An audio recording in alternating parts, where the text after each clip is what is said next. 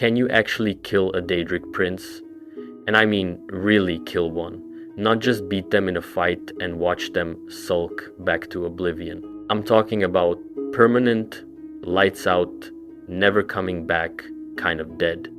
The short answer is no, but the long answer, well, that's where things get really interesting. Because this isn't just about whether you can stab Mehrunes Dagon hard enough or shout Molakbal into oblivion with your dragon voice. This goes deep into what these beings actually are, how reality works in Elder Scrolls, and whether the entire universe is just some crazy dreaming, God's fever dream. Let me back up a bit. First, we need to understand what Daedric princes even are, because they're not exactly your typical video game bosses. They're not gods in the traditional sense either. Think of them more like concepts that woke up one day and decided to be people, or sometimes not people, sometimes tentacles, sometimes cheese-obsessed lunatics. You get the idea. Way back, before time was even a thing, there were these original spirits called the Etada, just pure beings floating around in the void doing spirit stuff. Then this guy, Lorcan, shows up and says, hey, what if we made a world where mortals can exist? Some of these spirits thought that sounded great and poured their power into creating Mundus, the mortal world. Those became the Aedra, and they got really weak in the process. Like, gave up so much of themselves that they're basically sleeping or dead or scattered across reality. But the others, they looked at that deal and said absolutely not. They kept all their power and carved out their own little pocket dimensions in oblivion. Those became the Daedric princes. 17 of them, give or take, depending on who you ask and when you're asking. Each one represents some sphere of influence. Mehrunes Dagon is destruction and change. Sheogorath is madness. Hermaeus Mora is forbidden knowledge.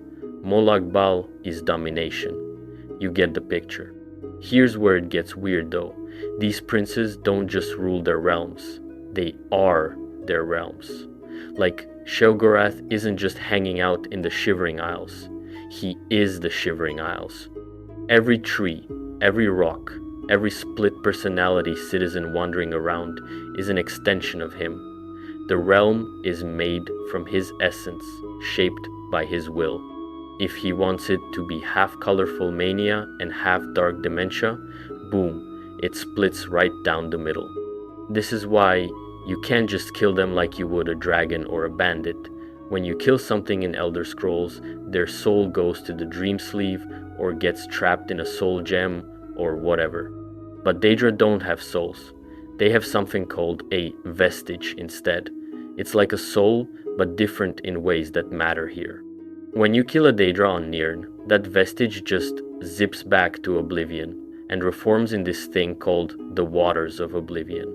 It's basically raw chaotic energy that Daedra use to rebuild themselves. For lesser Daedra, this happens pretty quickly.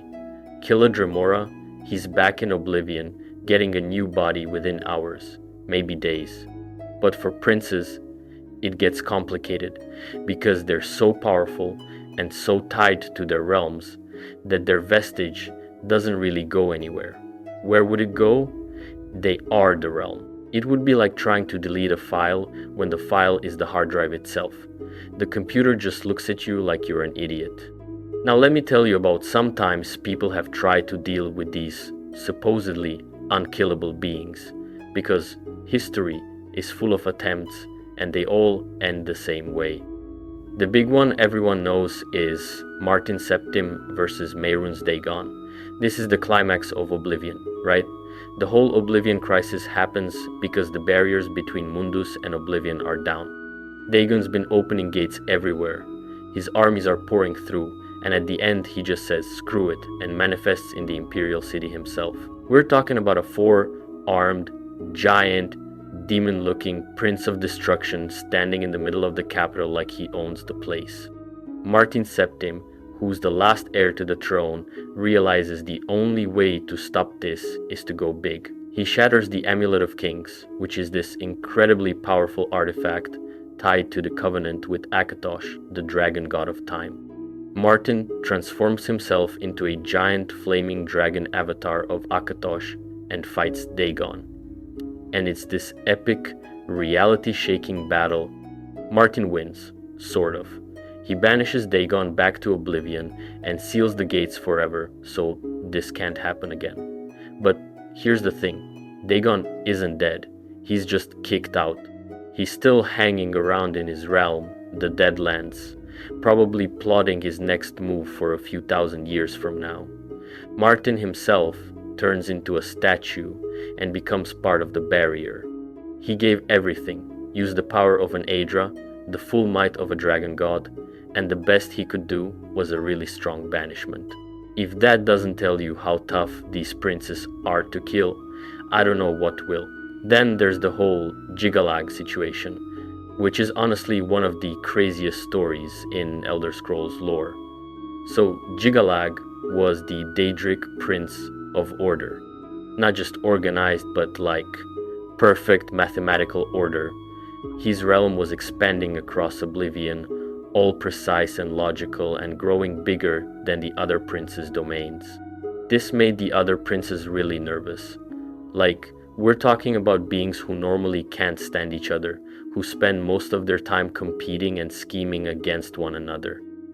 But Jigalag scared them so much that they did something that almost never happens. They worked together, all of them, and they cursed Jigalag with the most ironic punishment they could think of. They turned him into Sheogorath, the Prince of Madness. The embodiment of order became the embodiment of chaos, the ultimate cosmic joke. But the curse wasn't perfect, because nothing ever is. At the end of every era, Jigalag would return to his true form and launch this event called the Grey March. He'd show up with his Knights of Order and methodically tear apart the Shivering Isles, destroying everything Sheogorath built. Then he'd transform back into Sheogorath, who would have to rebuild it all, knowing that in another era, the whole cycle would repeat. This went on for who knows how long, until the hero of Kuwatch showed up in the Shivering Isles expansion. Through a series of events I won't get into here, they ended up becoming the new Sheogorath, which broke the curse and freed Jigalag. Now both exist as separate entities.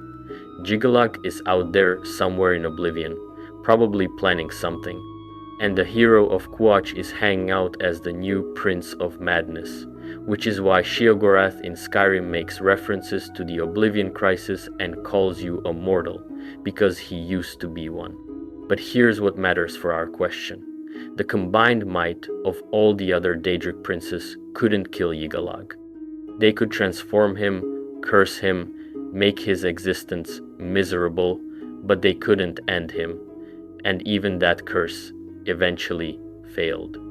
The concept of order didn't go away just because Jigalag was temporarily scrambled into madness. Both concepts continued to exist. You know what else people have tried? Molag Bal attempted the plane meld in Elder Scrolls Online, trying to merge his realm of Cold Harbor with Nirn. The vestige stopped him, embarrassed him pretty badly actually, but he's still around. The Tribunal, those three living gods from Morrowind who were powerful enough to give princes pause, never actually tried to kill one. Sota Sil, the smartest of the three, straight up concluded it was impossible after studying the problem. The Dragonborn in Skyrim, Hermaeus Mora has you running errands. You're not fighting him, you're doing transactions. He's in complete control the whole time. Even when princes lose, when their plans get thwarted and their schemes fall apart, they just shrug and try something else later. Hersin runs his hunts, and sometimes mortals win and sometimes they lose. But Hersin is always there for the next hunt. Nocturnal's plots get stopped. Clavicus Vile gets outsmarted in his own bargains. But none of them ever actually die. Now we're getting into the really deep lore stuff, the theoretical methods people have talked about for maybe possibly, potentially killing a prince. And I'm gonna warn you right now, this gets weird. We're diving into metaphysics that make most philosophy classes look like kindergarten. First up is Kim. This is probably the most well-known of the deep lore concepts, mostly because it sounds cool and it shows up in Vivek's sermons. The basic idea is that reality in Elder Scrolls is a dream. There's this entity called the Godhead who's asleep and dreaming, and everything, all of existence, all the gods and mortals and planets and Daedra are part of that dream. Kim is what happens when someone in the dream realizes they're in a dream, but instead of disappearing, they maintain their sense of self.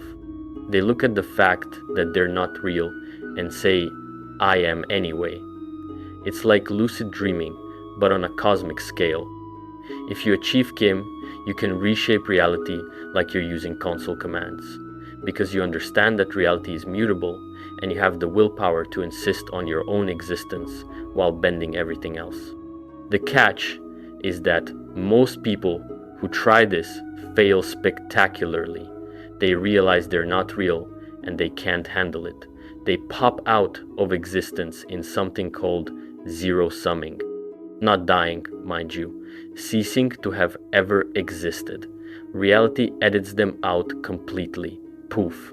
Gone from past, present, and future. The people who supposedly achieved Kim are Vivek and Talos.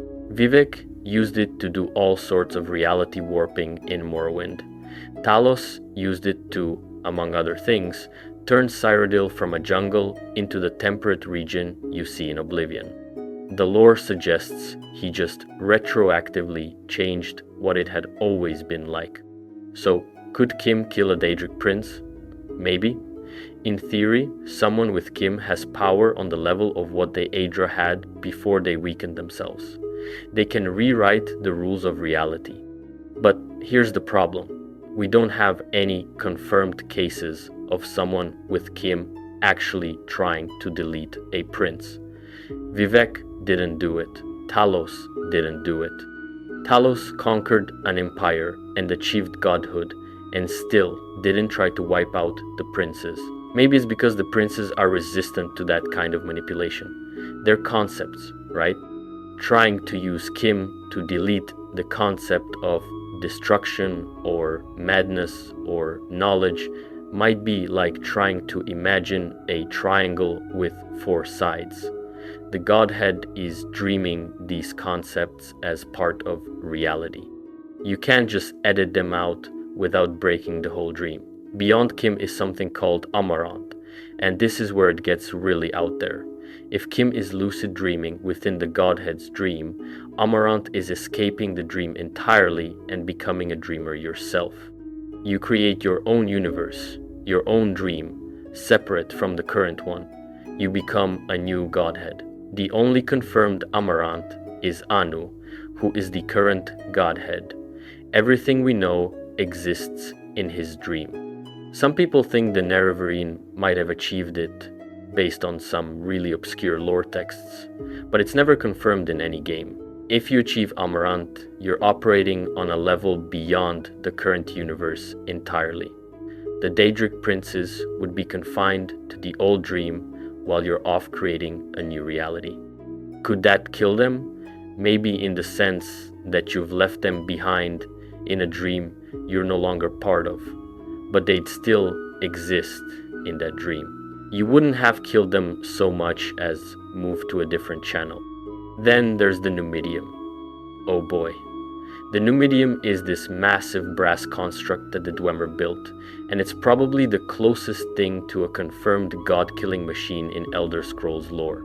The Dwemer powered it with the heart of Lorkhan, and when they activated it, every single Dwemer vanished. Just gone. Nobody knows where. Zero-summed, transformed, ascended, trapped in a different dimension. Who knows? Still one of the biggest mysteries in the series. The Numidium's whole thing was world refusal. It denied existence itself.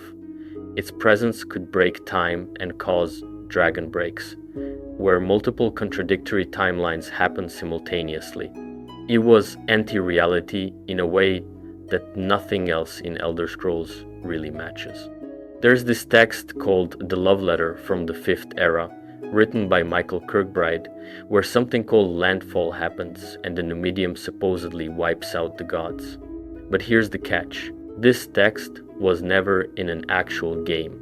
It's unofficial lore, and even among lore fans, there's debate about whether it's canon or just really interesting fanfiction from someone who used to write for Bethesda. So, the Numidium might be able to kill princes. It's the most concrete possibility we have. But we don't actually know for sure, and even if it could, good luck finding the Heart of Lorkhan to power it up. The Nerevarine destroyed the enchantments on that thing back in Morrowind. There's also this concept called mantling, which is basically becoming so much like something that you become it. The hero of Kuwatch mantled Sheogorath. You walk like them until they have to walk like you. Could you kill a prince this way, like mantle them and then commit suicide? Well, once you've mantled them, you are them. Would you want to end yourself at that point? And even if you did, you'd probably just zero sum instead of actually killing the concept. The idea of madness or order or whatever doesn't go away just because the being embodying it is gone. Someone or something else would probably fill that role. The universe seems to need these concepts to function. Let me tell you why this is all probably impossible, and it comes down to what the princes actually are. Mehrunes Dagon is destruction. Not just the god of destruction or the patron of destruction, he is the concept of destruction given consciousness. So how do you kill destruction? Can you make the idea of things breaking down and falling apart cease to exist? What would that even look like?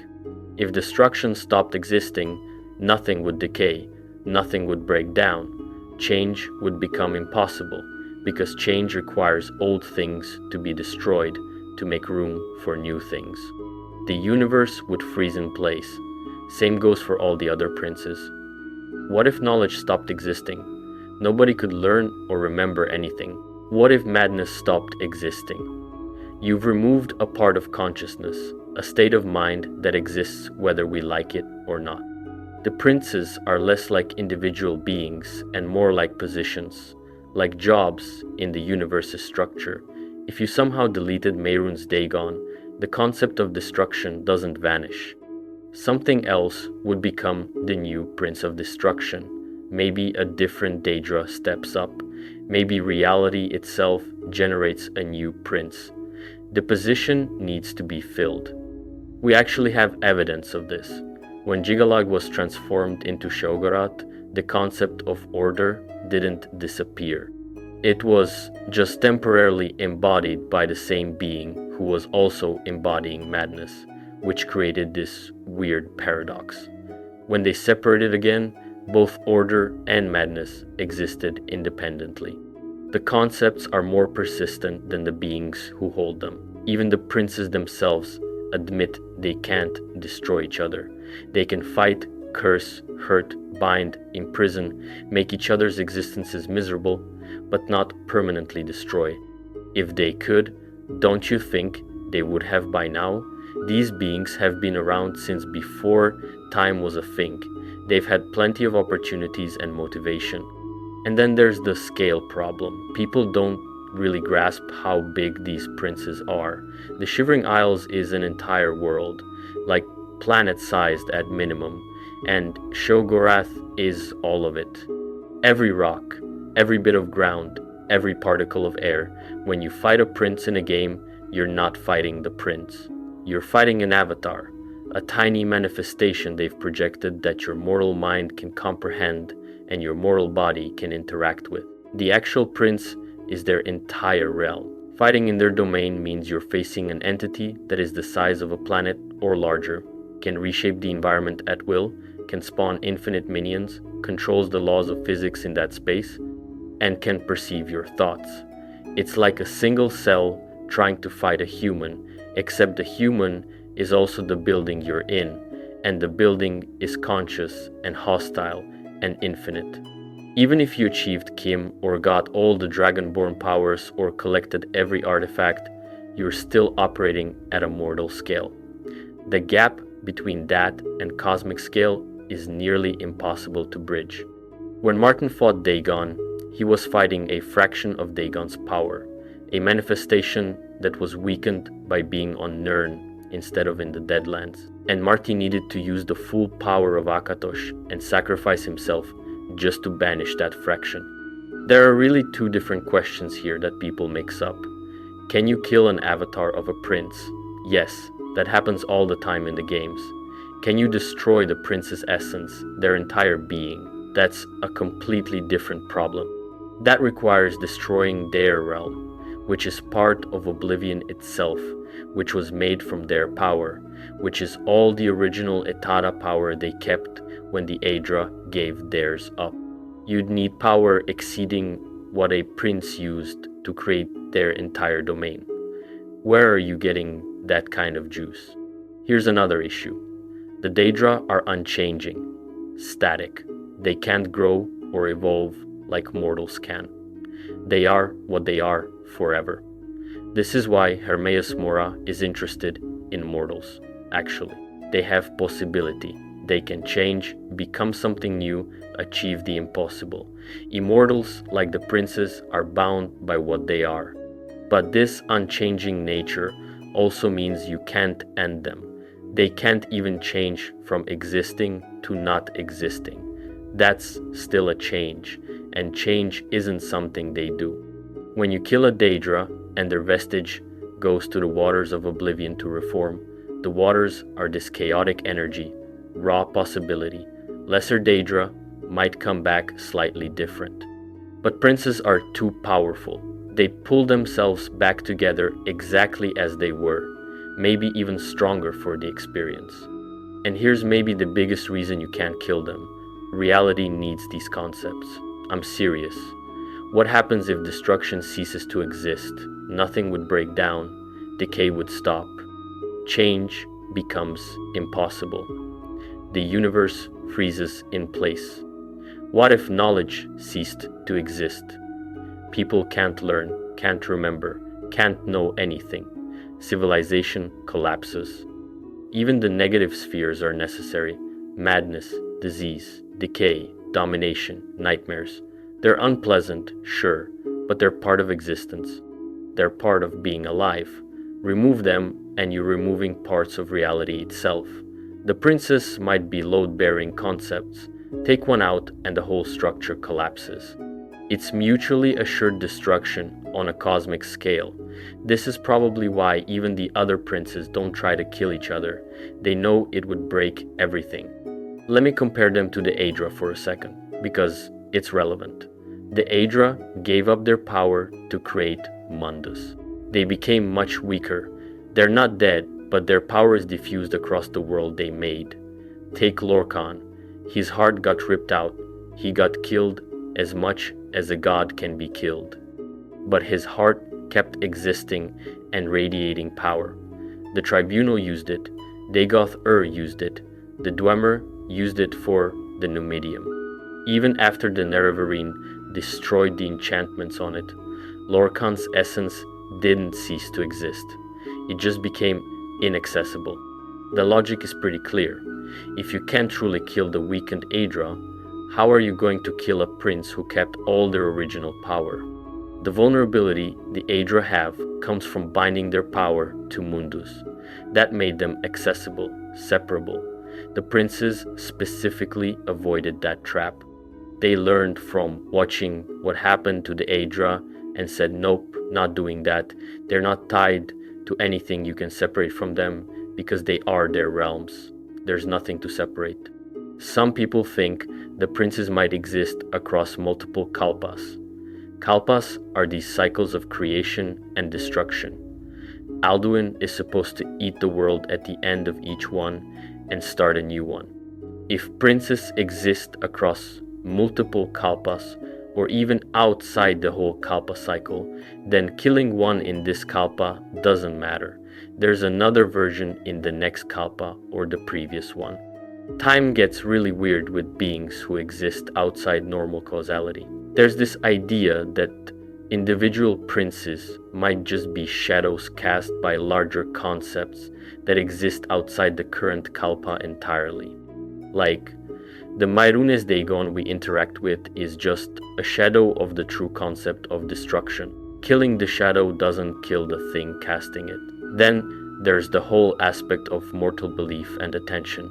People worship the princes, make deals with them, summon them, fear them. All that belief and connection keeps them anchored to Nirn. But the princes aren't like some gods who need worship for power. They're concepts. As long as mortals experience the things they embody, those concepts remain active. As long as people go mad, seek knowledge, cause destruction, the princes who represent those things stay relevant. To truly kill a prince, you'd need to make their sphere irrelevant. Create a reality where madness doesn't exist, where change never happens, where knowledge isn't sought. And that's impossible. Those things are baked into how consciousness and reality work. Different cultures in Tamriel have been dealing with Daedric princes for thousands of years. And you know what conclusion they've all reached? You can't kill them. The Dunmer have this complex relationship with Daedric worship. They have their good Daedra and their bad Daedra, but even the bad ones are part of their worldview. They're not trying to destroy them, just avoid or appease them. They understand these beings are part of the structure of reality. The Khajiit see some princes as aspects of their own pantheon. The Nords hate Daedric worship and want mortals to avoid dealing with princes, but they're not trying to destroy the princes themselves. The Imperials view them as evil, but focus on resisting them, not destroying them. Across every culture, thousands of years of experience, the conclusion is the same. These beings can be killed. The fringe groups who think otherwise are always depicted as misguided or insane. Here's something interesting. Mortals have something immortals don't: the ability to truly change and grow. Nobody can become a hero. Heroes can fall to evil. The weak can become strong. This is possibility that immortal beings don't have. They're bound by what they are. Hermeos Mora even says this in Skyrim. Mortals can defy the odds, succeed when they should fail, do the impossible. Immortals can't. They're trapped in their nature. Lorcan created Mundus specifically to give spirits the gift of mortality, to create an arena where anything can happen, where possibility exists. The princes rejected this. They chose to stay immortal and unchanging. So there's this interesting question.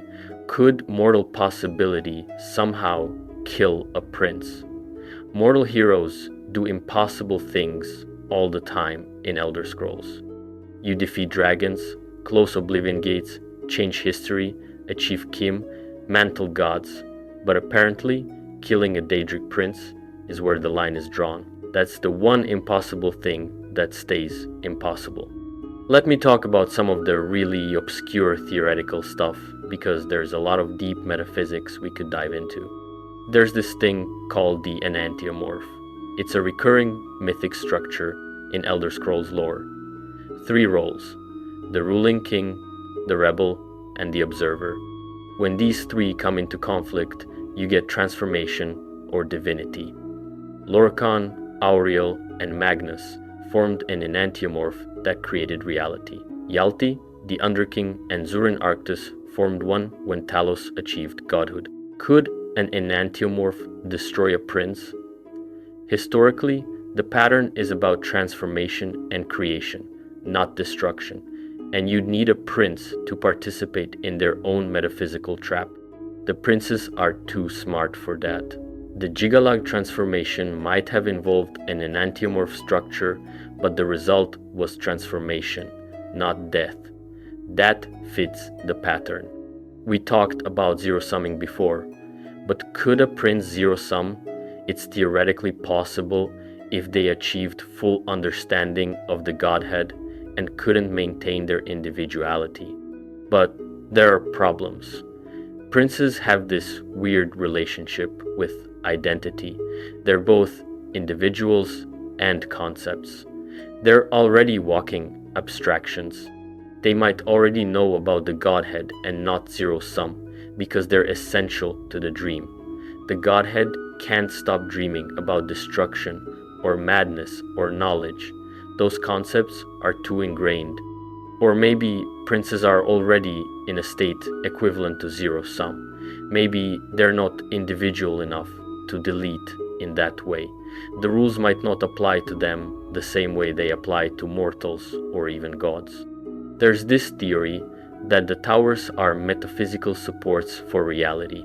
The adamantine tower, white gold tower, red tower, which was the heart of Lorcan. As these towers fall, reality becomes unstable. Maybe princes function as conceptual towers. Remove them and reality destabilizes. That would explain why the princes don't try to destroy each other. They're all part of the same structure, holding everything together. The Numidium was called the Brass Tower, and its purpose was to deny reality itself. If anything could work, it would be the Numidium's world refusal. But even that apparently wasn't enough, or we'd have heard about it in the games. Let's talk about the philosophy of destruction itself, because there's a paradox here. Mehrunes Dagon is destruction. To destroy him, you have to perform an act of destruction. But that act of destruction reinforces his fear while you're trying to end it. You're using the very concept he embodies against him. It's like using heat to freeze something. The method contradicts the goal. This applies to all the princes. You can't use madness to end Sheogorath. You can't use knowledge to end Hermaeus Mora. You can't dominate Molag Bal. The moment you try to use their sphere against them, you're strengthening them. The only way out would be something completely outside the system, something alien to the whole Orbis structure. Maybe Amaranth qualifies, maybe the Numidium's world refusal qualifies. But the problem is, these solutions might destroy everything else too. You're not surgically removing a prince, you're potentially breaking reality. Memory and forgetting are interesting angles to consider. In Elder Scrolls, belief and memory can have power. The Tribunal maintained their divinity partly through the faith of the Dunmer people.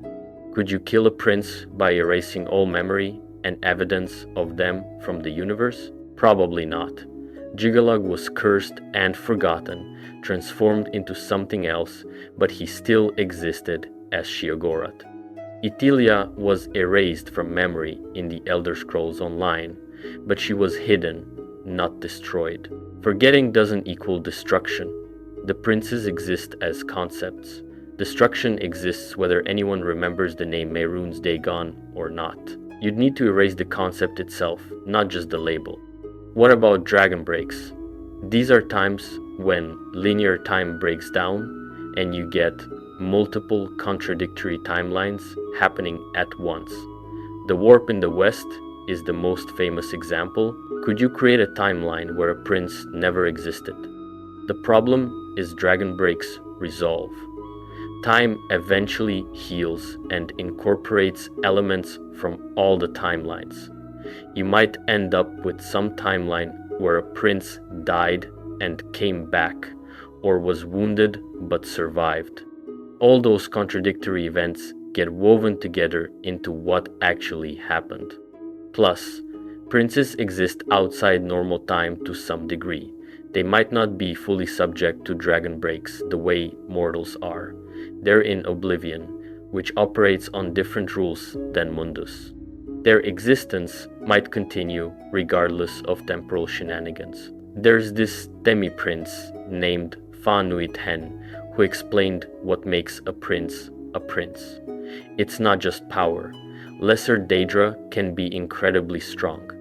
What makes a prince is having a broad, well-defined sphere of influence that gives them clarity of purpose and focused expression of will. The sphere comes first. The prince is secondary to the concept. It's like the position of embodiment of destruction is a job opening. Mehrunes Dagon has that job. If you somehow fired him, the position is still there. Does it go unfilled? Or does reality need someone to fill it? Probably the latter. You're not fighting a being, you're fighting a conceptual position in the structure of reality. You can't destroy a position by killing the person who holds it. You just create a vacancy. This is why the princes can't destroy each other. They're not fighting beings, they're fighting positions, roles, concepts. Killing Mehrunes Dagon doesn't eliminate destruction from reality. Someone else steps into that role.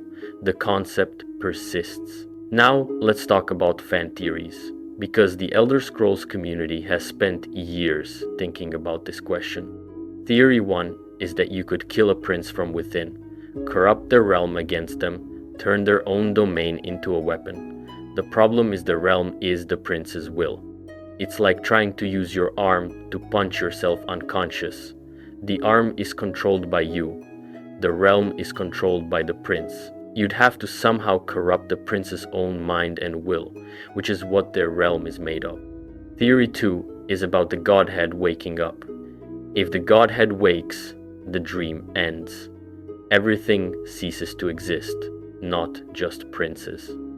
Amaranth is supposedly about escaping before that happens, creating your own dream before the current one ends. Theory 3 suggests the current princes aren't the originals. Maybe they've been killed and replaced before, but there's no evidence for this. The princes we know have been around since the beginning, and their personalities and stories suggest continuity going back to the Dawn era. Theory 4 is the load-bearing concept idea I mentioned earlier. Kill one prince and reality collapses.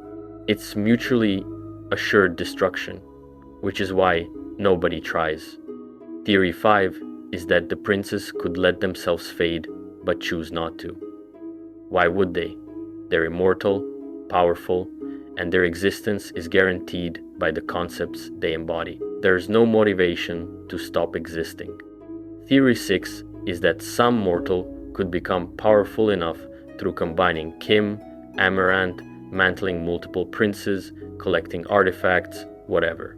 The problem is we have no examples of this. No mortal has ever accumulated that much power or tried to do this. Theory 7 is really out there. It suggests the princes are already dead. If reality is a dream, are they truly alive? Maybe they're ghost echoes of concepts that never actually existed. You can't kill what was never alive to begin with.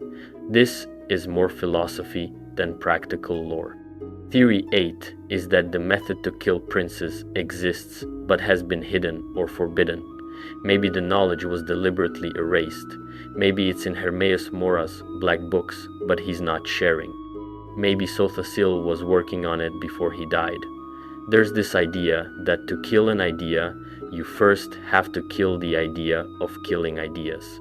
Make the very concept of destroying concepts impossible to conceive.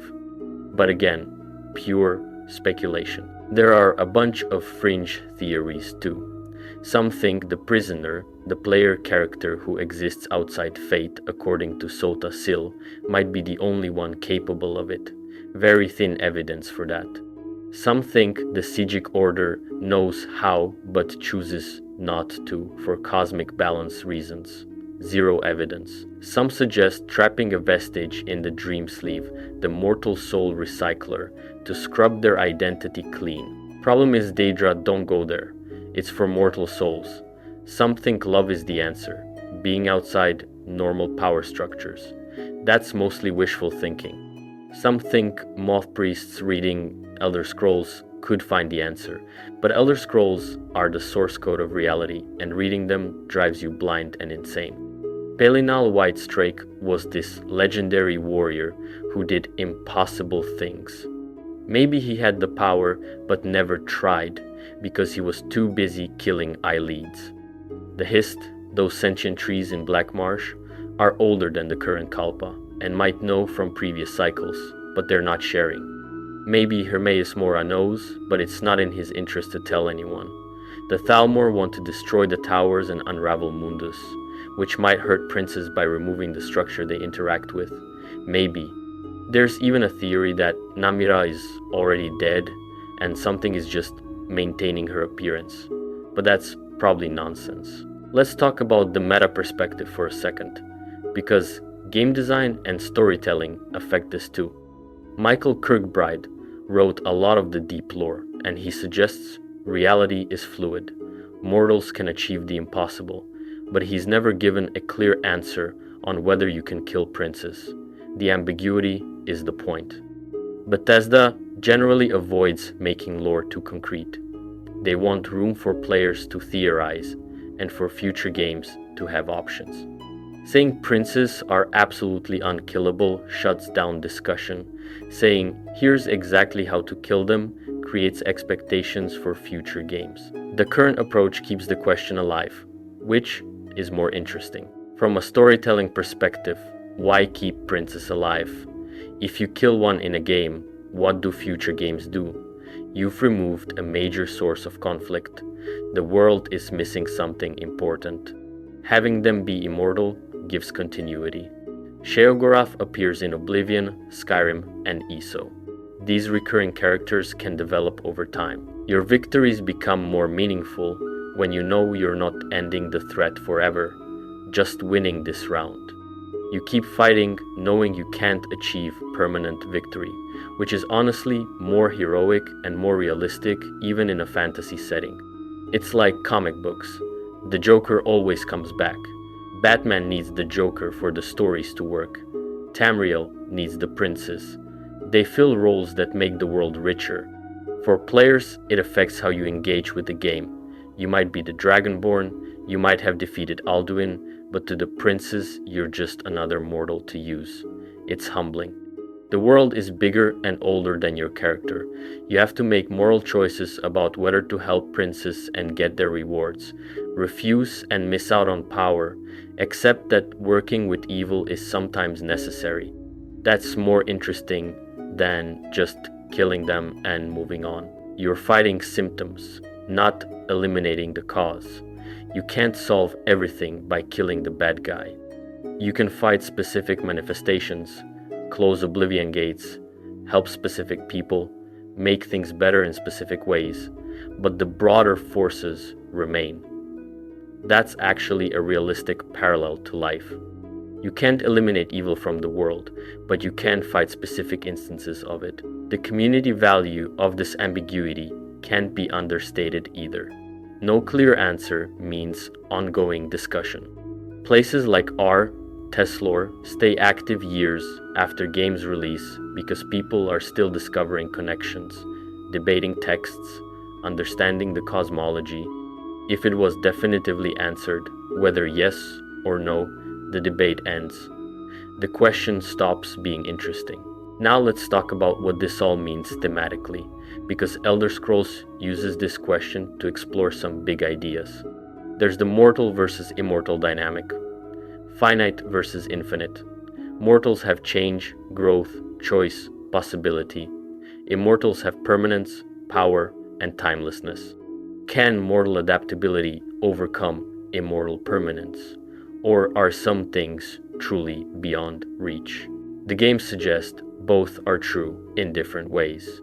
There's the nature of evil. Princes aren't all evil, but they represent things mortals consider bad.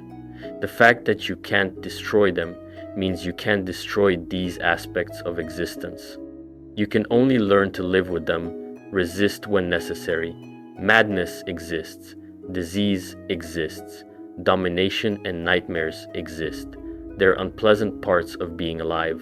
The princes embody these things and give them personality.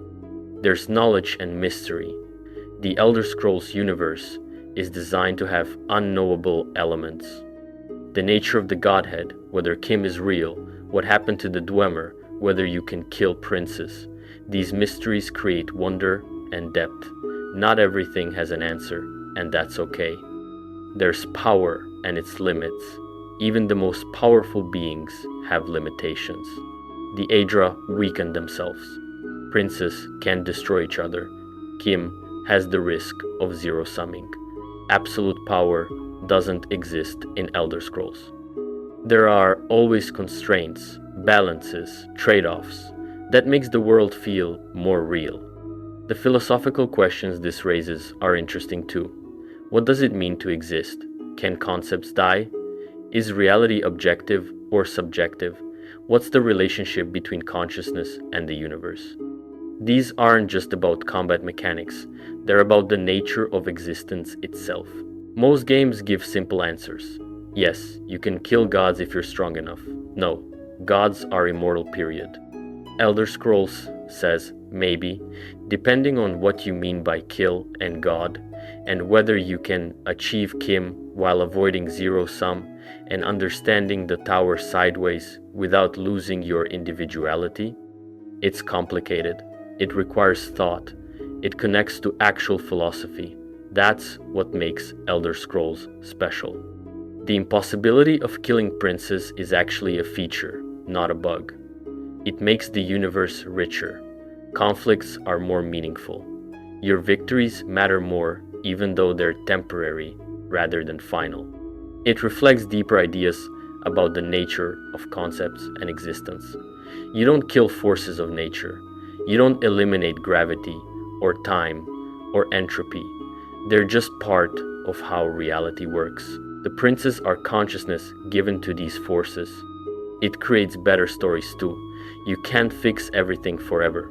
You have to keep fighting, keep choosing, keep trying to make things better while knowing you can't make them perfect. That's true to human experience, even in a fantasy world about dragon gods and walking concepts. And here's what it means to be a hero in this context. You can't kill princes, but you can refuse them. You can thwart their plans. You can close Oblivion gates and save the world from invasions. You can become powerful enough that they respect you, maybe even fear you a little. You can trap them, curse them, make their existence less pleasant. That's enough. That's heroic. That's meaningful. You don't need to permanently destroy evil to be a hero. You just need to fight it when it appears. Protect the people who can't protect themselves. Make the world a little better, even knowing the fight never truly ends. The princes always being a potential threat means there's always a need for heroes. And that means the world is worth fighting for, even if the fights never end permanently. So let's summarize everything we've covered. What do we actually know for certain? No confirmed kills in canon. Not by the Nerevarine, not by the hero of Kuach, not by the last Dragonborn. Martin Septim had the power of a god and couldn't kill Dagon. The combined might of all the other princes couldn't kill Jigalag. Sota Sil, a living god who studied the problem, concluded it was impossible. Every attempt has achieved temporary victory only. Banishment, like what happened to Dagon. Transformation, like what happened to Jigalag. Defeat of their plans, like with Molag Bal. None of it permanent, none of it fatal. There are structural reasons it's impossible. The princes are concepts. Those concepts are necessary for reality to function. The princes are their realms, which makes separating them from their power impossible. The vestige system ensures they return. Their unchanging nature means they can't even change from existing to not existing. The scale difference between mortals and princes is nearly insurmountable. Even other princes can't kill each other, which tells you everything you need to know. The theoretical possibilities remain unconfirmed. Kim might work, but we have no examples. Amaranth is purely speculative. The Numidium maybe could in non-canon timelines, but we don't know for sure. So here's the final answer. In practical terms, no, you cannot kill a Daedric prince. Not within the events of any game, not through any demonstrated method, not using any known power. In theoretical terms, maybe, but only if you achieved Kim or Amaranth, or had the Numidium at full power, or could rewrite reality at its most basic level. And even then, it's unclear if you're actually killing them or just removing them from the dream. There are no confirmed examples of this ever happening. The core truth is that princes exist on a level that's hard for mortals to grasp. They're not just powerful beings, they're walking concepts, they're ideas given form and will. Killing an idea isn't like killing a person or even a traditional god. The philosophical answer is this: can you kill madness? Can you kill change? Can you kill knowledge? These things don't live or die. They're built into how reality works. The princes are these concepts made manifest. As long as the concepts exist, the princes exist in some form. Why is this the right answer? Because it makes Elder Scrolls richer. The universe is more interesting this way. The princes are more menacing and impressive. Your victories matter more, even though they're temporary.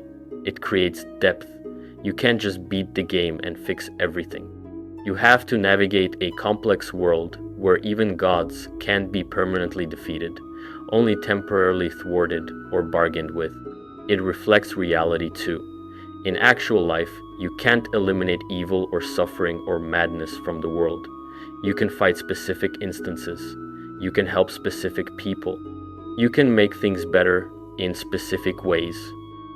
But the broader concepts remain. That's not depressing. That's just how it is. The heroism comes from fighting anyway, and it preserves wonder. In a universe where reality might be a dream and achieving Kim might be possible, and the Dwemer might have zero-summed and princes might be unkillable, there's always more to learn, more questions to ask, more mysteries to explore. That's the beauty of Elder Scrolls lore. The princes will outlast everything. Every mortal race in Tamriel, the current Kalpa into the next one, maybe even the Godhead waking, though that's debatable. They're as close to truly immortal as anything gets in this universe. And that's fine. Actually, it's better than fine, because stories need antagonists. Reality needs concepts. Players need mysterious forces that they can't just fight their way past. The princes fill all those roles perfectly. So keep questioning, keep theorizing, keep diving into the lore. The more you learn, the more questions you have. That's exactly how it should be. The mystery is part of the appeal. The impossibility makes them scarier. The unkillable nature makes them eternal. Can you kill a Daedric prince? Probably not. Should you be able to? Definitely not. The question itself is more interesting than any answer could be. The journey through cosmology and metaphysics and philosophy is the point. Understanding what these beings are, how reality works, what it means to exist in a dream, that's where the real value lies. And you know what? When you close an Oblivion gate, you're not ending the Daedric threat forever, but you're saving the people on the other side of that gate right now. That matters. When you refuse to help a prince with their scheme, you're not destroying them, but you're denying them their goal. That matters. When you outmaneuver Clavicus while in a bargain, or survive Hersine's hunt, or resist Hermaeus Mora's offers, you're proving that mortals have something immortals don't. Choice, agency, the ability to say no to beings that should be impossible to refuse. You're a hero not because you can kill gods, but because you can stand against them anyway, because you keep fighting even knowing the threat will return. Because you protect people even knowing you can't protect them forever. Because you make the world better even knowing you can't make it perfect. The Daedric princes are eternal, but so is the need for heroes to stand against them. And in a weird way, that's comforting. Your actions matter. Your choices have weight. The fight continues, and that means you're still needed. Now get out there and close some Oblivion gates, refuse some Daedric quests, save some towns, help some people. The princes aren't going to stop themselves, and honestly, we wouldn't want them to. Because a universe without Daedric princes would be a universe without mystery, without cosmic horror, without the satisfaction of standing up to impossible beings and making them back down anyway. That's what Elder Scrolls is all about. Not power fantasies where you're the strongest thing ever, but being a person in a vast, incomprehensible universe full of things bigger than you, and mattering anyway, making a difference anyway, being a hero anyway. Can you kill a Daedric prince? No, but you can be someone who tried, or someone who was smart enough not to try, or someone who found another way. And in the Elder Scrolls, that's enough. That's everything. Let me go deeper into some specific princes and what we know about attempts to challenge them, because each one has stories that illustrate just how unkillable they really are. Take Hermaeus Mora, the Prince of Forbidden Knowledge. In Skyrim, you deal with him directly in the Dragonborn expansion. He's got you reading his black books, walking through his realm of Apocrypha, which is this infinite library of forbidden knowledge. The place is literally endless. Corridors of books stretching into infinity, filled with every secret that ever was or will be. And Hermaeus Mora himself appears as this mass of eyes and tentacles, this Lovecraftian horror that oozes power. Here's the thing though, when you're in Apocrypha, Mora is in complete control. He could crush you at any moment. The only reason you survive is because he finds you useful. You're collecting knowledge for him. You're a tool. He views mortals the way we view interesting bacteria under a microscope. Sure, you can be the Dragonborn, the one who killed Alduin the World Eater, and Mora still treats you like an errand boy. And people have tried to resist him. Storn Cragstrider, the Skull Shaman, refused to give Mora the secrets of the skull, so Mora just kills him, casually takes his life in exchange for the knowledge Miraak needed. Mora doesn't even seem bothered by the defiance. It's like swatting a fly. The power difference is so vast that resistance is just an inconvenience. Miraak himself is an interesting case. He was the first Dragonborn, incredibly powerful, served Hermaeus Mora for thousands of years. He tried to break free and return to Tamriel. You know what happened? Mora killed him, just impaled him with a tentacle and absorbed his knowledge. Miraak had power that would make most mortals look like insects, and Mora deleted him like you'd delete a file you don't need anymore. The lesson is clear. You can't fight infinite knowledge. You especially can't fight it when you're standing in a realm made entirely of that prince's will and substance. Hermaeus Mora is Apocrypha. Every book, every platform, every seeker and lurker demon, all extensions of his consciousness. You're not fighting a being in his library. You're fighting a library that happens to be a being. Now let's talk about Molag Bal, the Prince of Domination. In Elder Scrolls Online, he tries the Plane Meld. This is his big attempt to merge Cold Harbor, his realm, with Nirn. He wants to literally drag the mortal world into his domain of suffering. The whole plot of Esau's main quest is stopping this from happening. Molag Bal's realm is specifically designed to break people. It's described as a ruined parody of Nirn, stained with blood, where fear and exploitation are made manifest.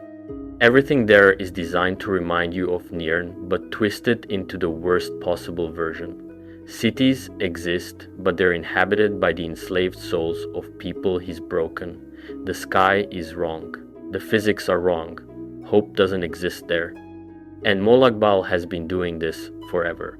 He's the creator of the first vampire. He's been collecting souls and breaking wills since before recorded history. The Vestige, the player character in Esau, is unique because their soul was stolen by Molag Bal, and they became this weird, soulless being who can come back from death. Even with this unique advantage, even with the help of the Prophet and Abnur Tarn and the 5 companions, even with the literal blessings of the Aedra, the best they can do is stop the Planemeld and embarrass Molag Bal. He's still there, still in Cold Harbor, still doing his thing. The Vestige didn't destroy him or even significantly weaken him. They just foiled one plan. Molag Bal has eternity to try again. And he probably will, because domination is what he is. You can't stop the concept of domination from existing by beating up the guy who embodies it. Mehrunes Dagon is another interesting case because we've seen him more directly than most princes. In Battlespire, which is this old Elder Scrolls spin-off game, you actually talk to him, like have a conversation. And it's weirdly lighthearted. He's snarky, sarcastic, kind of cartoonishly evil. He offers you a deal to join him or he'll destroy you. Very Saturday morning villain energy. But by the time Oblivion rolls around, Dagon is not playing. The Oblivion crisis is him dead serious about invading Nirn. No more jokes, no more deals, just pure destruction. Gates opening everywhere, armies pouring through, cities burning, and when he manifests in the Imperial City at the end, he's massive, like kaiju-sized. 4 arms, each holding a different weapon, taller than buildings, made of muscle and rage and destruction given physical form. Martin Septim fights him as an avatar of Akatosh, a giant flaming dragon. These two reality-warping beings duke it out in the heart of the Imperial City. The fight literally breaks the dome of the Temple of the One. There's fire and chaos and divine power everywhere. And Martin wins, but at the cost of his life and the Amulet of Kings and the entire Septim dynasty ending. That's what it takes to stop Dagon when he's serious. The full power of the dragon god of time, channeled through the last dragonborn emperor, who has to sacrifice himself and one of the most powerful artifacts in existence. And even then, Dagon just gets banished. He's back in the Deadlands, probably annoyed, definitely not dead. Sheogorath is wild because he's both incredibly powerful and completely mad. The Shivering Isles expansion shows you his realm in detail. It's split between mania and dementia. The mania side is all bright colors and creativity and artistic insanity. The dementia side is dark paranoia and schemes and the kind of madness that makes you hurt yourself and others. Both are Sheogorath. Both are equally valid expressions of madness. And the people living there, his worshippers, his servants, his citizens, they're all mad too, but they're functional. They have societies and customs and histories. Madness in the Shivering Isles isn't just chaos. It's a different kind of order, Sheogorath's order. The rules don't make sense from a mortal perspective, but they're consistent within the realm's logic. When the Grey March happens, Ygalag shows up with his Knights of Order. These are Daedra that look like crystal warriors, perfect geometric shapes in humanoid form. They're Ygalag's expression of perfect order, and they tear through the Shivering Isles methodically, destroying everything with cold precision, not rage, not hate, just pure logical destruction of chaos. The hero of Kuwatch has to literally become Sheogorath to stand a chance. They go through this whole process of mantling, becoming so much like the mad god that they become him. And even then, defeating Ygalag is tough. You're fighting the Prince of Order in his original form, when he's not confused by being Sheogorath anymore. He's focused, he's powerful, he's what scared all the other princes enough to curse him in the first place. And you win. But Ygalag doesn't die. He congratulates you, thanks you for breaking the curse, and leaves. Just walks away to go do whatever a Prince of Order does when he's finally free. The fight wasn't to the death. It couldn't be. It was about breaking a cycle, changing a pattern. Death wasn't on the table. Let's talk about Azura, because she's interesting from a different angle. She's often considered one of the good Daedra by the Dunmer. Her sphere is dawn and dusk, prophecy, vanity. She's beautiful, powerful, and seems to genuinely care about her followers. She's the one who cursed the Chimer into becoming the Dunmer as punishment for the Tribunal's betrayal, but she also helps the Nerevarine in Morrowind. But here's the thing. Azura's care for her followers is possessive. She wants worship. She wants devotion. She punished an entire race for 3 people's actions. She's not evil like Molag Bal, but she's not actually good either. She's a Daedric prince. She operates on her own logic, her own morality. What looks like help might just be manipulation toward her own ends. In Skyrim, you can get Azura's Star, this artifact that's basically a reusable soul gem. The quest involves someone trying to corrupt it, turn it into the Black Star. You can help Azura fix it, or help complete the corruption. Either way, Azura is personally invested. She manifests, talks to you, makes clear what she wants, but she can't force you. A mortal with choice can defy even Azura's will. But could you kill her? Could you walk into Moonshadow, her realm, and actually destroy her? Not a chance. Moonshadow is described as one of the most beautiful places in Oblivion. Everything there is perfect and gorgeous and exactly what mortals think heaven should be. And it's all Azura, all her power and will made manifest. You'd be trying to kill beauty itself, prophecy itself, the transition between day and night itself. Nocturnal is another prince who shows up a lot. She's the prince of night and darkness, the patron of thieves. The Thieves Guild in Skyrim serves her, sort of. Through the whole guild questline, you're dealing with her influence.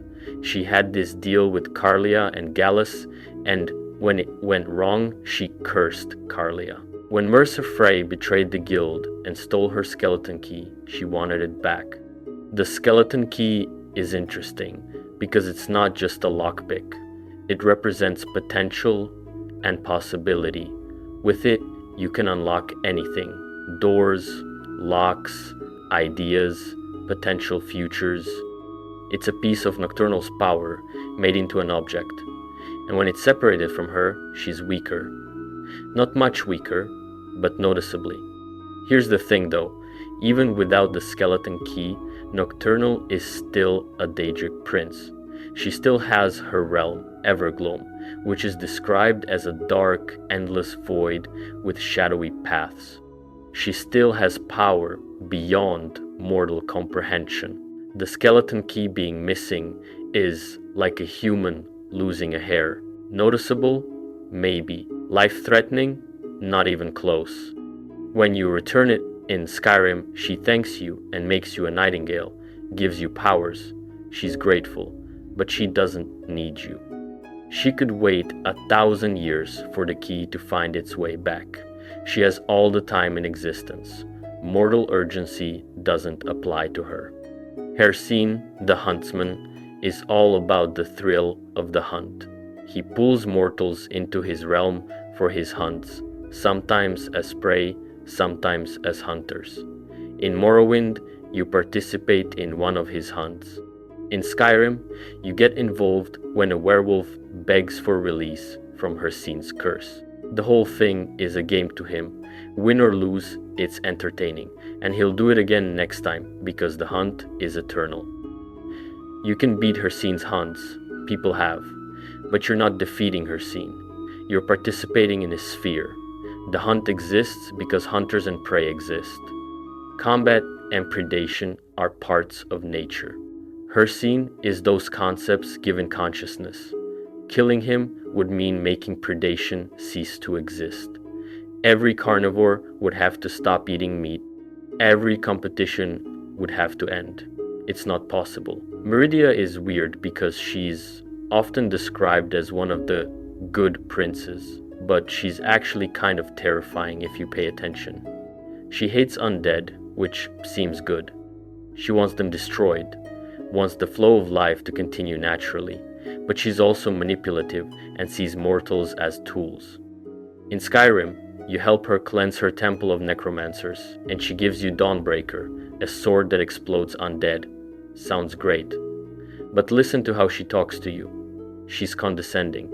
She picks you up and talks down at you, literally. She calls you her champion, but the way she says it makes it clear you're a servant, not a partner. And her realm, the colored rooms, is described as beautiful but alien, light and color in ways mortal eyes can't fully process.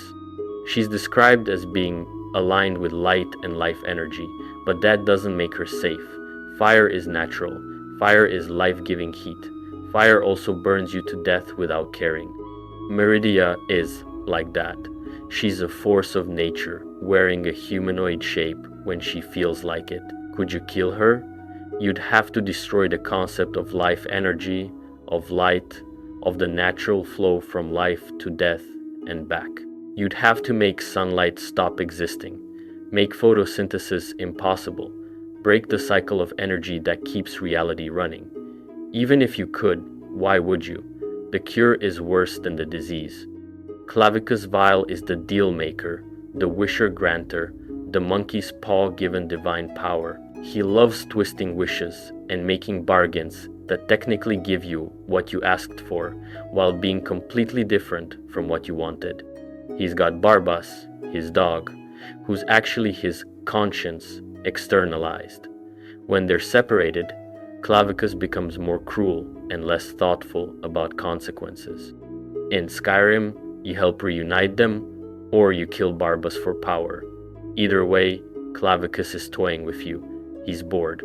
Mortals are entertainment. Your choices matter to you, but to him is just another day, another deal, another mortal learning that bargaining with Daedra is dangerous. His realm, the Fields of Regret, is actually described as pretty nice. Tranquil countryside, glass cities, floating structures. It's pleasant, but it's still made from the wishes and regrets of mortals who made deals with Clavicus.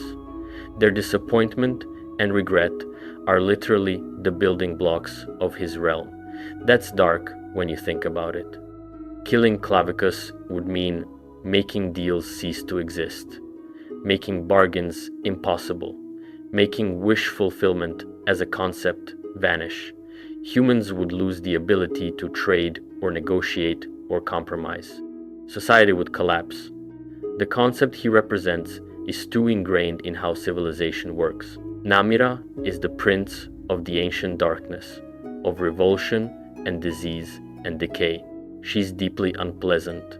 Her sphere includes things mortals find disgusting, but decay is necessary.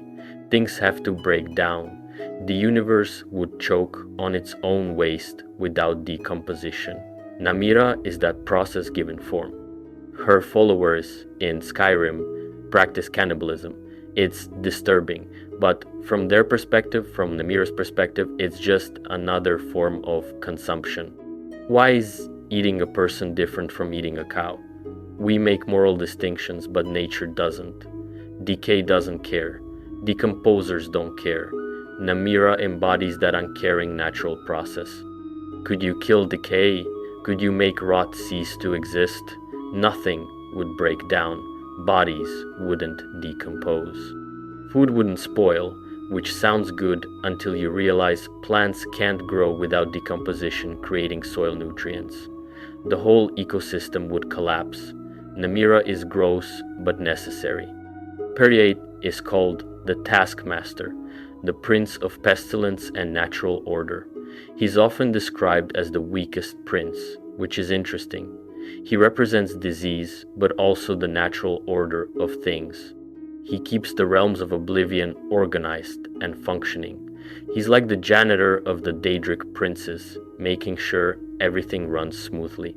But even the weakest prince is still a prince. In Skyrim, his quest involves freeing his followers from a vision he trapped them in. Not to be mean, they asked for the vision and got stuck. Periate needs you to free them so they can go back to worshipping him properly. Even the weakest prince can trap mortal souls in visions and needs a hero-level champion to fix the problem. Killing Periate would mean making disease cease to exist, which sounds great. No more plagues, no more sickness. But disease is part of how nature maintains balance. Without disease, populations explode, resources get consumed, ecosystems collapse. Disease is the immune system of nature. Periate is that system made conscious. Malakath is unique because he wasn't always a Daedric prince. He was Trinimac, an Daedric spirit, a warrior god. Then Boethia ate him, or corrupted him, or something. The stories vary. He became Malakath, the prince of outcasts, patron of orcs. His followers were transformed from Altmer into orcs at the same time. Malakath is straightforward in a way other princes aren't. He's about strength, honor, curses, and outcasts. He protects those who have nobody else. He's bitter about what was done to him, but he accepts his role. The other princes allegedly don't fully recognize him as a true prince because of his origin, but he has the power and the realm and the followers. His realm, the Ashpit, is harsh. Dust and smoke and vaporous creatures. It's not pleasant, but it's honest. No tricks, no games. Just the hard truth of being an outcast, of surviving when the world doesn't want you to exist. Malakath embodies that struggle. Could you kill him and somehow restore Trinimac? People have theorized about this, but Malakath is his own being now. He's been the prince of outcasts for thousands of years. Even if you could separate him from Trinimac's original essence, what would that do? You'd still have the concept of outcasts needing a patron. You'd still have the bitterness of those cast out. The role would persist. Mephala is the prince of lies and secrets, of plots and manipulation. She loves causing strife among mortals for fun. She's one of the bad Daedra that the Dunmer traditionally avoid. She's associated with the Morag Tong, the Assassin's Guild in Morrowind, which murders people as religious sacraments to her. Her realm, the Spiral Skein, is described as 8 strands arranged like a wheel, each devoted to different sins. It's a realm of webs and plots and secrets layered on secrets. Being there would mean navigating an endless maze of manipulation where nothing is as it seems, and Mephala knows every secret you've ever kept. Killing Mephala would mean making lies cease to exist, making secrets impossible, making plots and manipulation vanish. Sounds good until you realize that privacy is secrets. Surprise birthday parties are plots. Fiction is lies we tell for entertainment.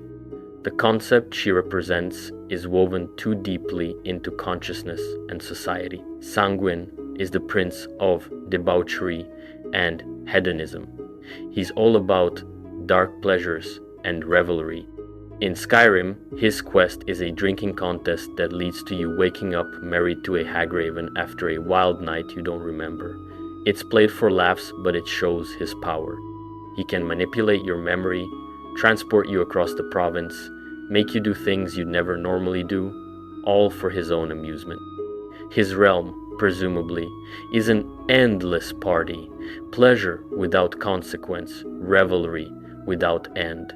It sounds fun at first, but would probably drive you insane eventually.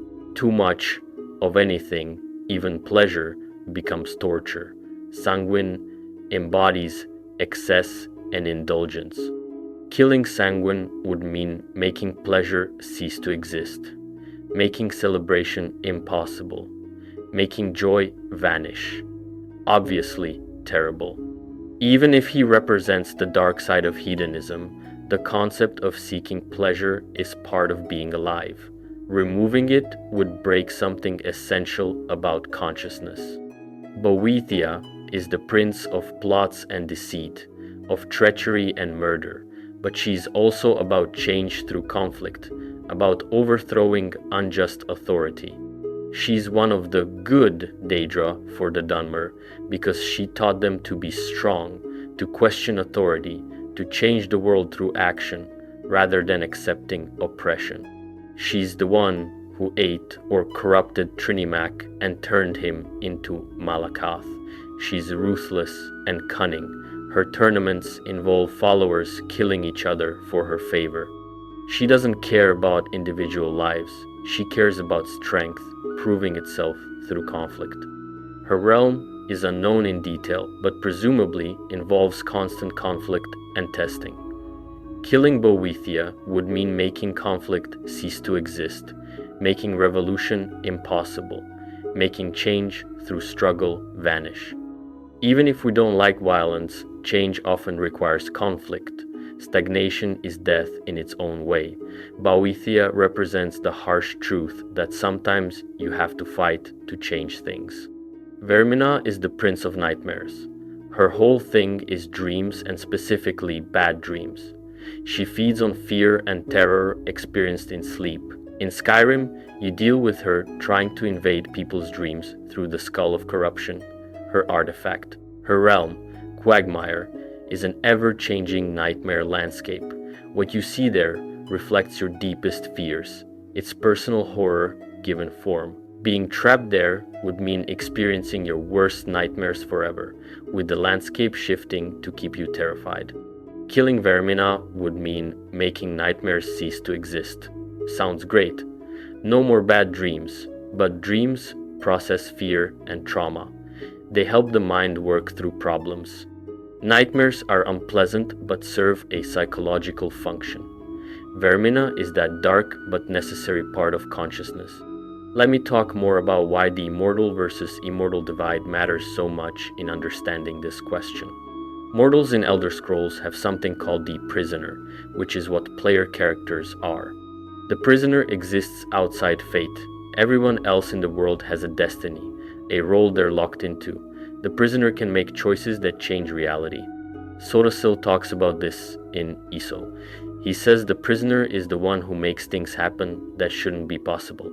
Every player character in every Elder Scrolls game is a prisoner. They're the ones who can defy prophecy, change fate, do the impossible.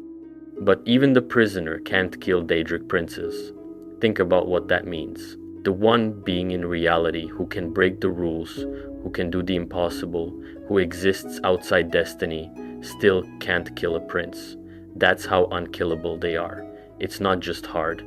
It's beyond even the being designed to do impossible things. The Nerevarine in Morrowind is either the reincarnation of Nerevar or just someone fulfilling the prophecy really well. Either way, they're powerful. They defeat Dagoth-Ur, destroy the Heart of Lorkhan's enchantments, and the Blight, save Morrowind. They're powerful enough that they supposedly left Tamriel after the game ends and went to Akavir, where they might still be alive centuries later. But they didn't kill any princes. They dealt with Daedric influence, sure, but they didn't try to destroy Azura or Molagbal or any of the others. They couldn't. The power gap is too vast. The hero of Kuach becomes Sheogorath, literal apotheosis. They become a Daedric prince. That's as close as a mortal can get to the power level needed. And you know what? As Sheogorath, they're also unkillable. They've joined the ranks of immortal concepts. The hero of Kuach as a mortal couldn't kill a prince. The hero of Kuach as a prince also can't kill a prince. The problem isn't about individual power. It's about the nature of what princes are. The Dragonborn is prophesied to kill Alduin, who's supposed to end the world. They absorb dragon souls. They learn shouts that can freeze time and become ethereal and summon storms. They're the most directly powerful player character we've had, and they still can't kill a prince. They do errands for Hermaeus Mora. They help or hinder other princes' schemes. But killing them? Not on the table. Let me dig into the whole concept of what happens when you defeat a Daedric manifestation. When you fight a prince in a game, you're fighting what's called an avatar, or manifestation. It's a piece of the prince projected into a form you can perceive and interact with. Like how you can't fight the ocean, but you can fight a wave. The wave is part of the ocean, but it's not the whole ocean. When you defeat that avatar, what actually happens? The essence that made up that avatar returns to the prince's realm and gets reabsorbed. The prince is mildly inconvenienced at most. Imagine if fighting Mehrunes' Dagon avatar was like cutting your fingernail. It grows back, you don't even really notice it's gone. The actual prince is their entire realm. From Mehrunes' Dagon, that's the Deadlands. Whole planes of existence filled with lava and ruins and demons. All of it is him. Every Dremora, every Scamp, every river of fire, all extensions of his will and substance. To truly kill him, you'd need to destroy the entire Deadlands, every particle of it. And it's connected to Oblivion itself, to the fabric of reality. Good luck. When Martin fights Dagon, he's fighting a manifestation that's probably the most powerful avatar we've seen. Dagon is physically there in Nirn, massive and destructive. And Martin, empowered by Akatosh and the Amulet of Kings, can banish him. Note that word, banish. Not kill, not destroy. Send back to where he came from and seal the door behind him. That's the best case scenario with maximum power. You can banish a prince. You can block them from accessing Nirn. You can make their existence annoying and their plans fail. But their actual existence, their true form, which is their realm and their essence, remains untouched. Let's talk about the time before time, the Dawn Era, when reality was being formed. This is when the Etara made their choices. Lorcan convinced some of them to create Mundus. Those who agreed became the Aedra. They poured their power into the physical world, into making a place where time flows linearly and mortals can exist. This weakened them permanently. They gave up so much that they're basically sleeping, or dead, or scattered. Akatosh is broken into pieces, time itself fragmented. Lorcan got his heart ripped out. The other Aedra became planets, or disappeared, or became the Earthbones, the laws of nature. They sacrificed their full divine power for the sake of creation. The Daedra looked at this and said, absolutely not. They kept their power. They stayed in oblivion and made their own realms from their own substance. They didn't give up anything. They're still at full power, the same power they had at the beginning of existence. This is why you can sometimes affect Aedra more directly.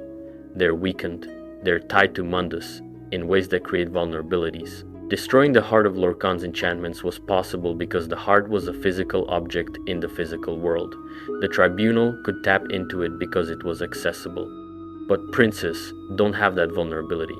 They didn't bind their power to anything external. They are their power. They are their realms. There's nothing to separate, nothing to destroy that wouldn't require destroying them, which requires destroying them. It's circular. It's impossible by design. People sometimes ask, what if you combine the power of all the Aedra against one prince? Well, the Aedra are weak now. Maybe if you had them at full pre-creation power, all working together, you could match one prince. Maybe. But the Aedra gave that power up. It's gone. It's diffused into Mundus. You can't gather it back together. The sacrifice was permanent. What about the power of all mortals on Nirn combined? Still not enough. Mortals are limited by being mortal. Even 1,000,000 mortals working together can't match a being that is an entire plane of existence. The scale difference is too extreme. It's like asking if 1,000,000 ants could build a spaceship. No, because ants don't work at that scale. Mortals don't work at the scale of princes. The Dwemer tried to achieve divinity through the Numidium. They had the heart of Lorcan. They had incredible technology that blended magic and machinery in ways nobody else has matched. They were probably the smartest mortal race ever. and their attempt at godhood made them all vanish. We don't know if they died, zero-summed, achieved Kim, got trapped somewhere, or what. But we know they didn't destroy any princes. If they had, we'd know about it. Let me address the whole idea of using Daedric artifacts against princes. Like, you have Mehrunes' razor. Could you use it to kill Mehrunes' Dagon, or use the mace of Molagbal to kill Molagbal?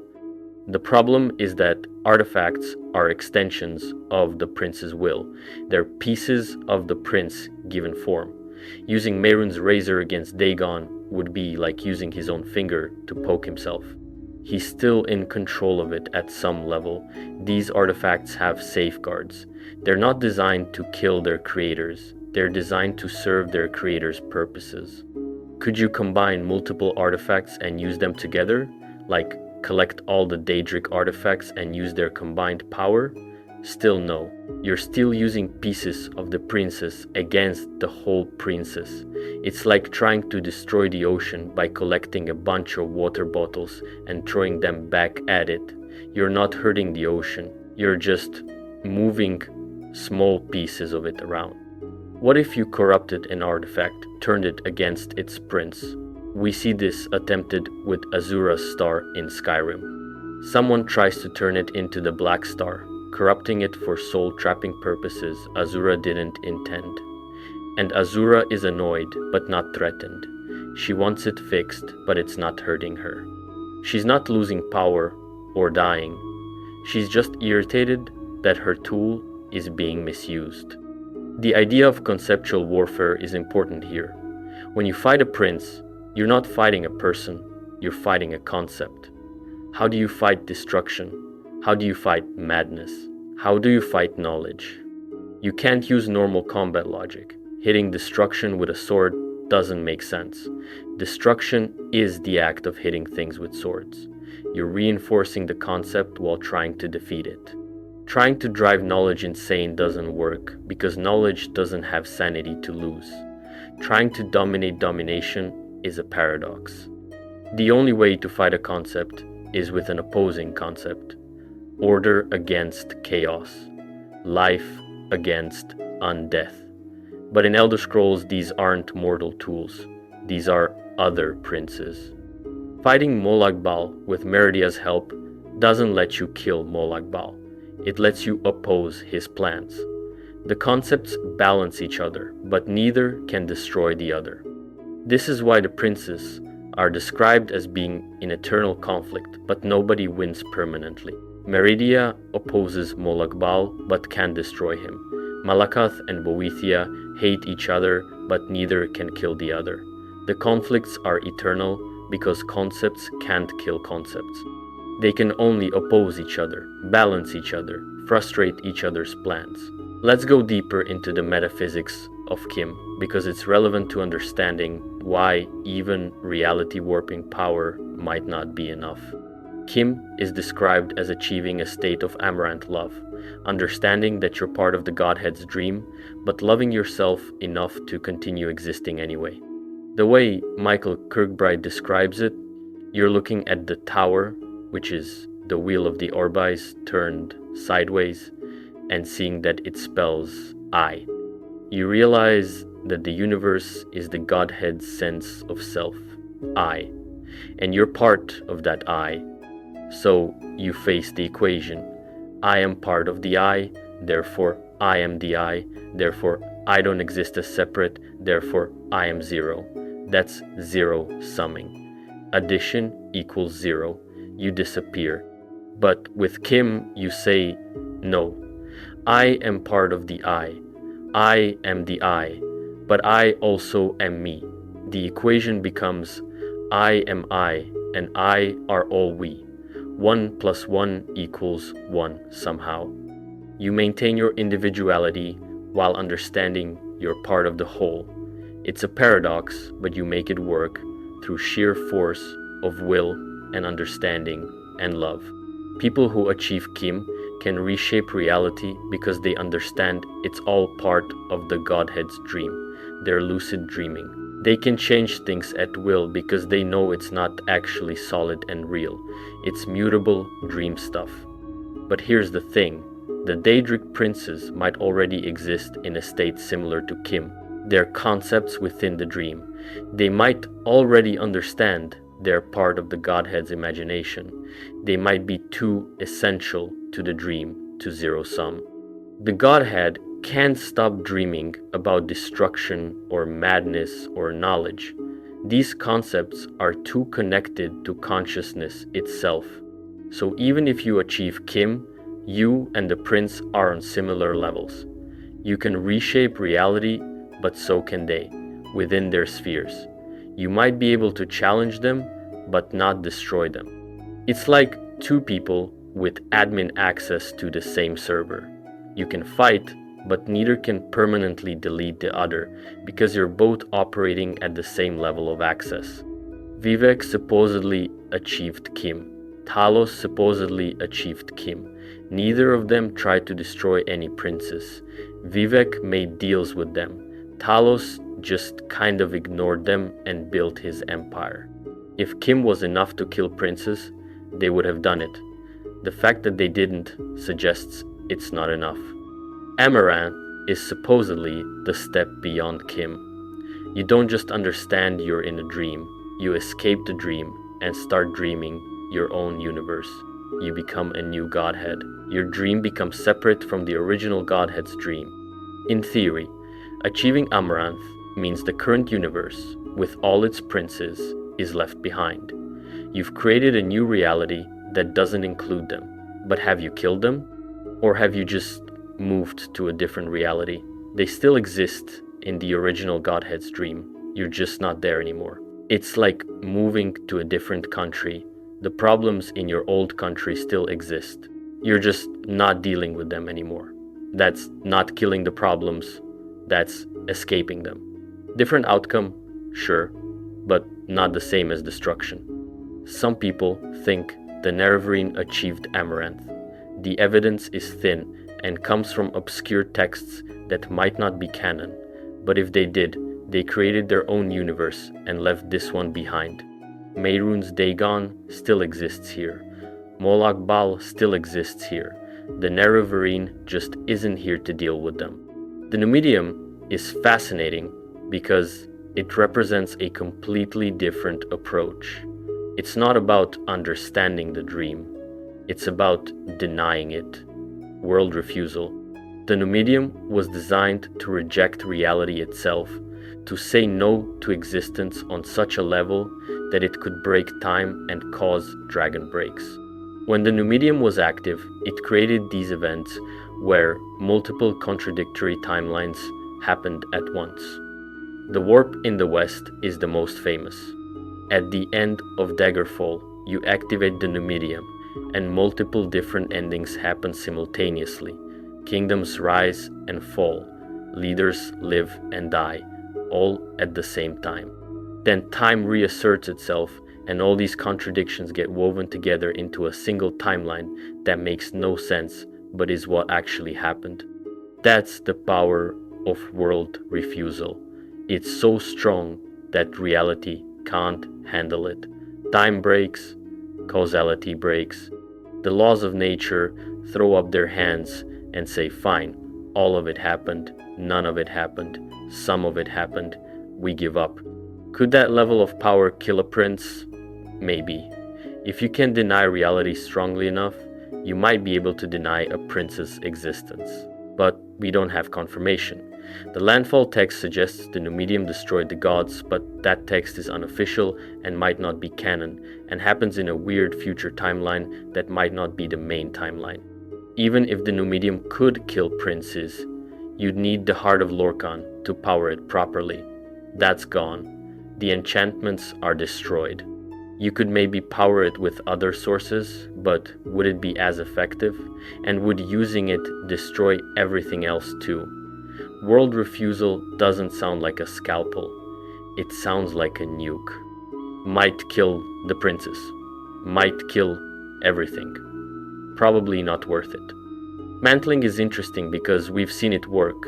The hero of Kuwatch mantled Sheogorath. Walk like them until they must walk like you. Become so similar to a being that you become them. It's apotheosis through imitation. Could you mantle a prince and then commit suicide, taking them with you? Well, once you've mantled them, you are them. Your mortal personality and identity have been subsumed into the prince's identity. Would you want to end yourself? Would you even remember your original goal? And even if you did manage it, you'd probably just zero sum instead of actually killing the prince. The concept would remain, the role would remain. Someone or something else would probably become the new prince of that sphere. Nature abhors a vacuum. Reality probably abhors a missing concept even more. There's also the issue that mantling might require the original to allow it in some sense. Sheogorath wanted to be free of the curse. He needed someone to take his place to break the cycle. Would Mehrunes Dagon allow himself to be mantled? Would Molag Bal? Probably not. They're not looking for replacements. They're happy being who and what they are. The Cold Harbor Compact is worth mentioning. After Molag Bal tried the Planemeld in Eso, Sota Sil gathered representatives from the princes and got them to agree to rules. The compact limits how directly princes can interfere with Nirn. They have to work through agents and artifacts and indirect means. No more manifesting personally to wreak havoc. This shows that princes can be bound by agreements. They can be constrained, but it's not the same as killing them. They're still there, still powerful, just playing by rules they agreed to follow. And agreements can be broken. Mehrunes Dagon broke his side during the Oblivion Crisis by manifesting directly. The punishment for that was Martin banishing him, not death. Banishment and presumably exclusion from future compacts. Imprisonment is another option people think about. Ithelia was imprisoned in a Forgotten Prince situation in Iso. Gigalag was cursed, which is kind of like imprisonment. These methods can work to remove a prince from play, but they're not permanent. Imprisonments break, curses get lifted. Ithelia was sealed away by having everyone forget she existed, which is about as thorough an imprisonment as you can get, and she still came back. Gigalag's curse lasted for eras, but eventually broke when the hero of Kuoch intervened.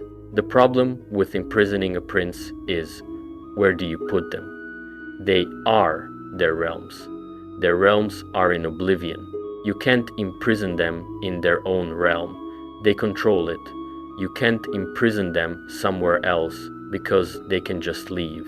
They're not bound by physical space the way mortals are. You'd need a prison made of something stronger than the prince.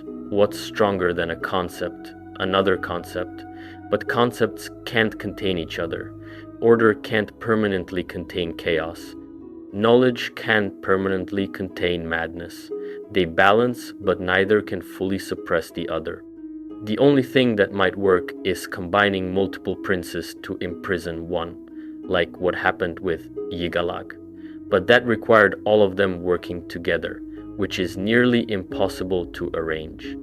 And even then, it only partially worked temporarily. Eventually, it failed. That's the best case scenario for imprisonment, and it still didn't stick forever. What about the Elder Scrolls themselves? These are artifacts that contain the past, present, and future. They're prophecies and histories and truths all at once. Reading them can drive you blind and insane because mortal minds can't handle that much information and certainty all at once. Could an Elder Scroll be used to remove a prince from existence? Like, rewrite history so they never existed? Probably not. The scrolls record what is and was and will be. They don't change it. They're read-only, not read-write. You can learn from them, but you can't edit them. Even if you could edit an Elder Scroll to remove a prince from history, you'd run into the same problem as with Dragon Breaks. The concept remains. If you erase Mehrunes Dagon from history, the concept of destruction still exists. Does the universe generate a new prince of destruction? Does reality glitch trying to reconcile destruction existing but having no embodiment? The Elder Scrolls might just refuse to allow the change because it would break causality too badly.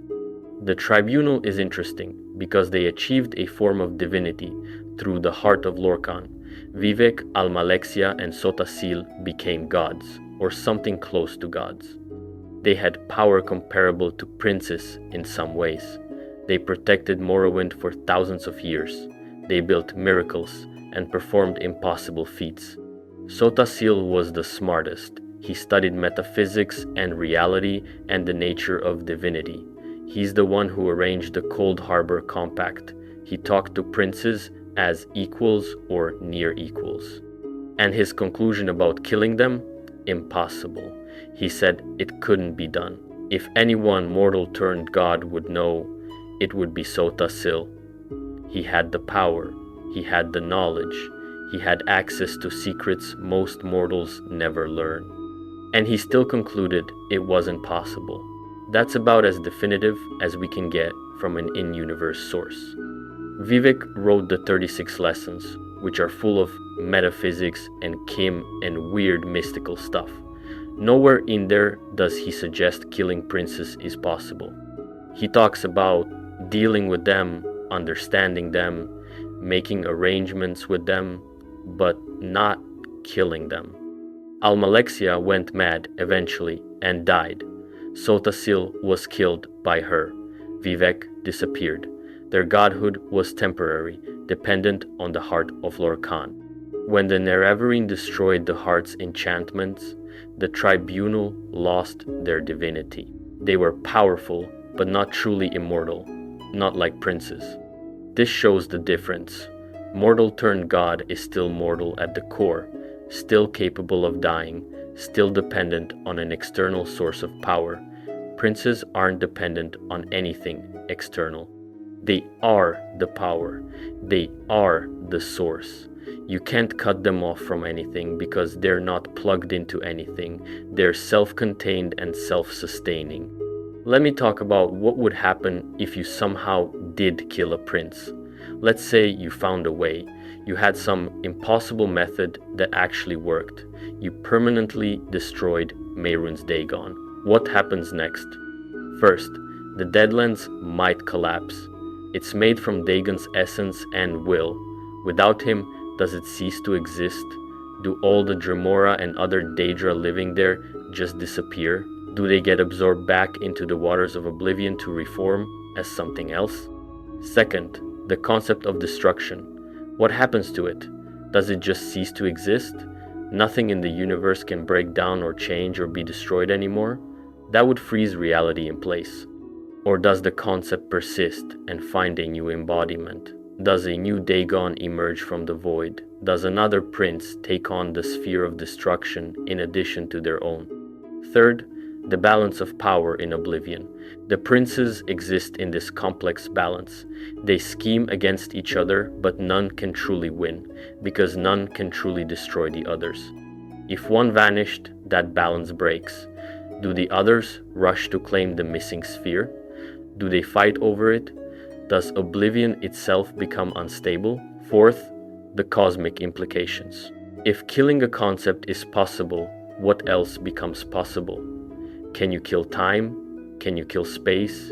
Can you kill consciousness itself? Where does it stop? The multiverse might start unraveling if the rules bend that far.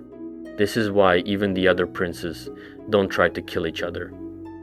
It's not just that they can't, it's that they maybe shouldn't. The consequences would be unpredictable and potentially catastrophic. Better to have an enemy you understand than to risk breaking reality trying to eliminate them. People sometimes point to the fact that mortals have killed gods before as evidence that princes can be killed. Lorkhan died, sort of. The Tribunal killed Nerevar, who might have been touched by divinity. In Morrowind, you defeat Dagoth-Ur, who achieved a form of godhood through the heart. But these aren't the same as killing a Daedric prince. Lorcan was an Aedra who gave up his power to create Mundus. He was weakened.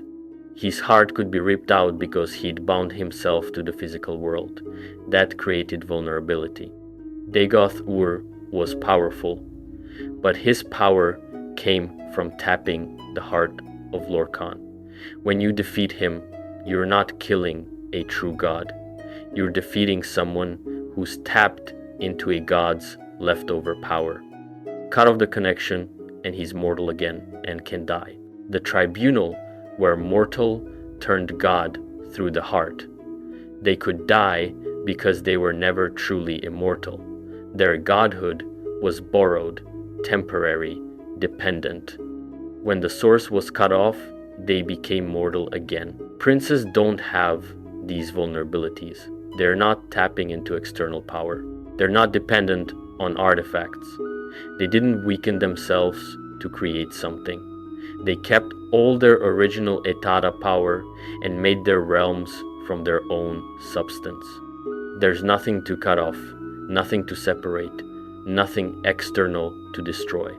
The closest equivalent would be if a mortal somehow absorbed a prince's entire realm into themselves and became that prince while being subject to mortality, still, like mantling, but incompletely.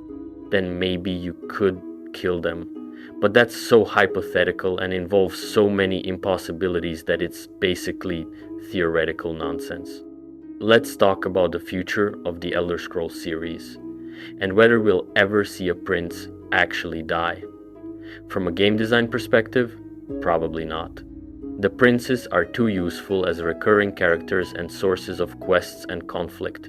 Killing one permanently would remove options for future games.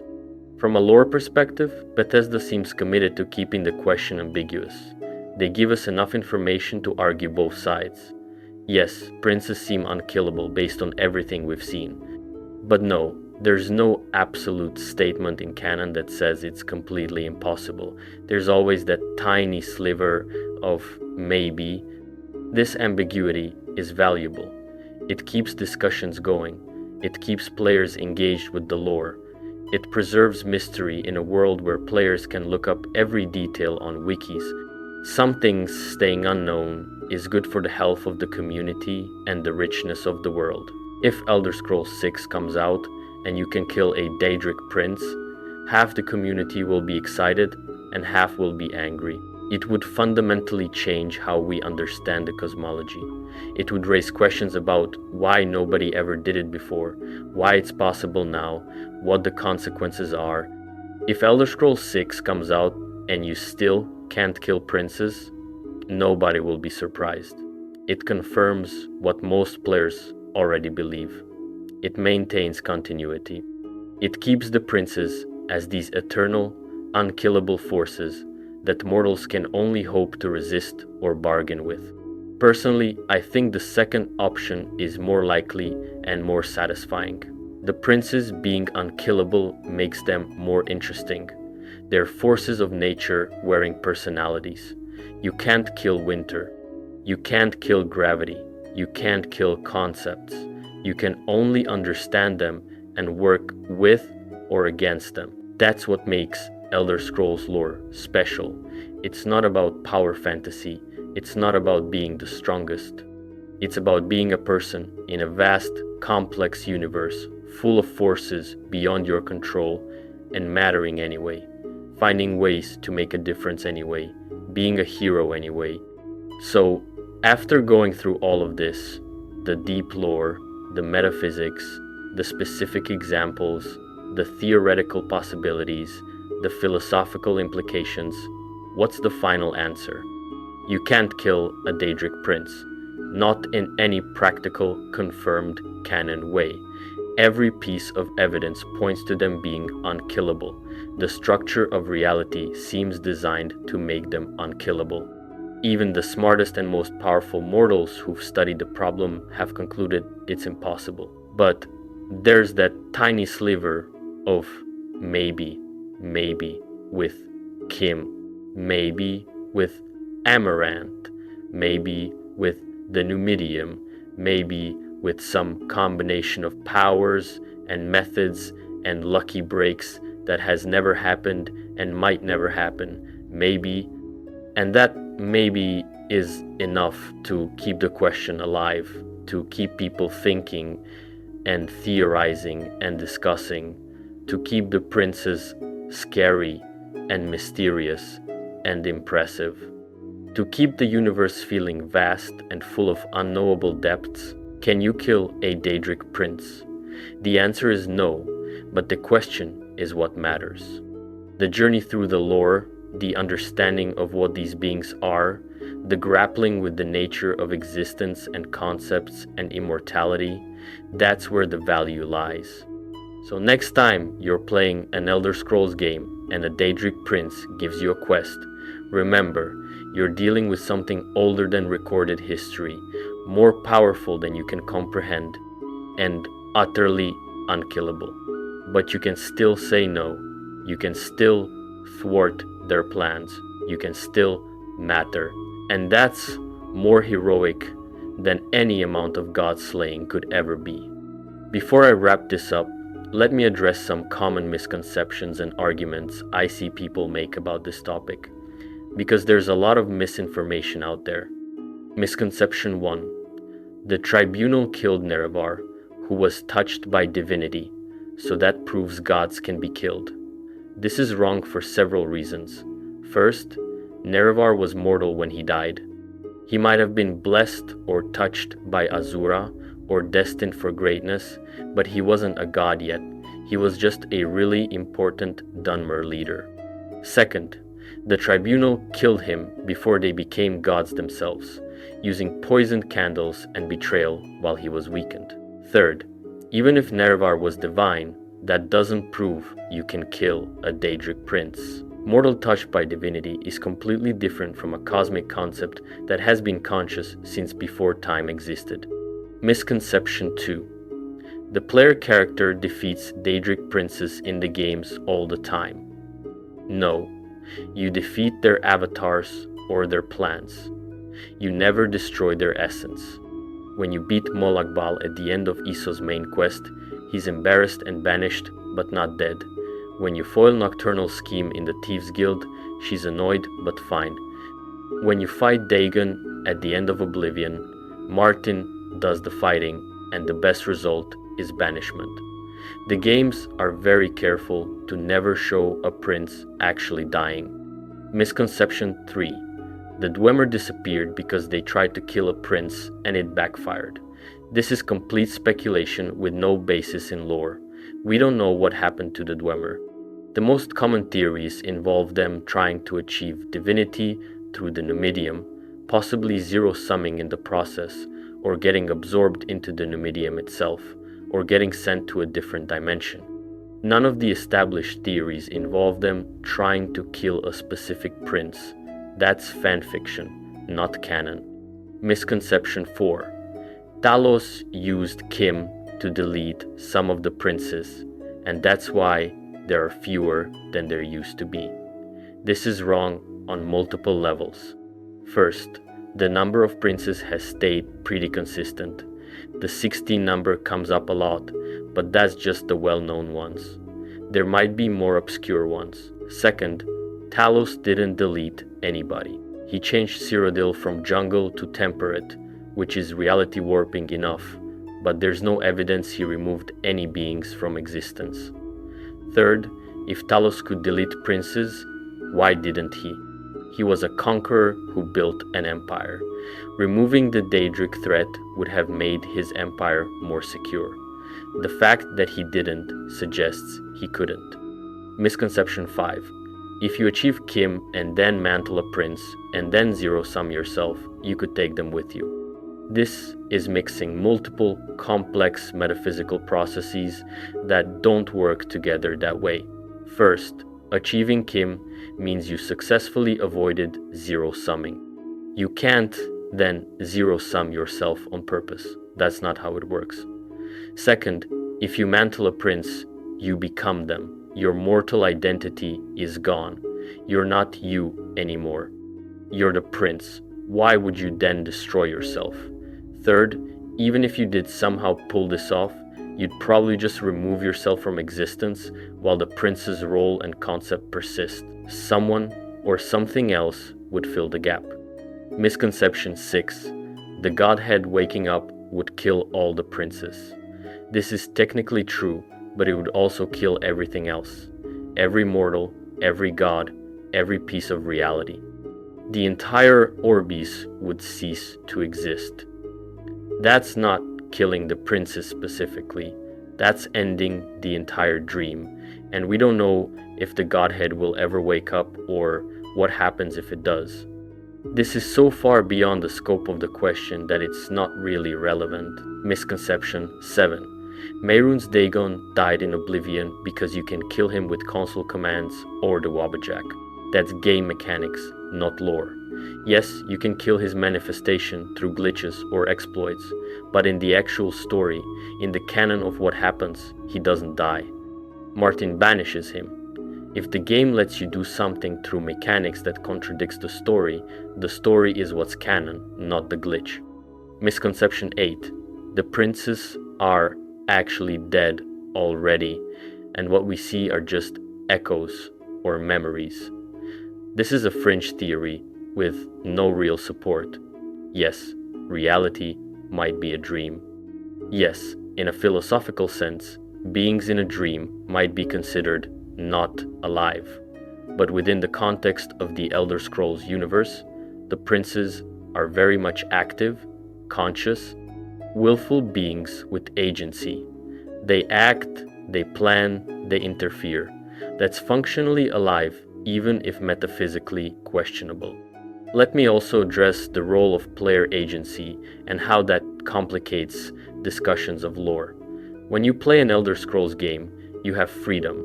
You can do quests in any order. You can make choices. You can use console commands on PC. You can break the game in hundreds of ways. But the lore is based on what canonically happens, not on what's mechanically possible. Canonically, the Nerevarine defeated Dagoth-Ur. You can do it lots of different ways mechanically, but the story outcome is the same. Canonically, the hero of Kuwatch became Sheogorath. You have to do the Shivering Isles DLC in a specific way to progress, but you could theoretically ignore it. The canon is that they did it.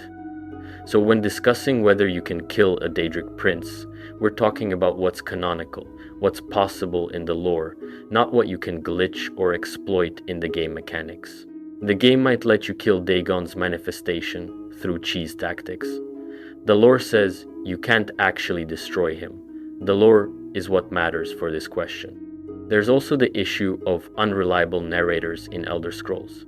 Most of what we know comes from in-universe books, dialogue, and sources that might be wrong or biased. The Dunmer believe certain things about the Daedra that other cultures don't. The Altmer have their own interpretation of history. Different sources contradict each other. But there's a difference between unreliable narration about historical events and unreliable narration about fundamental cosmology.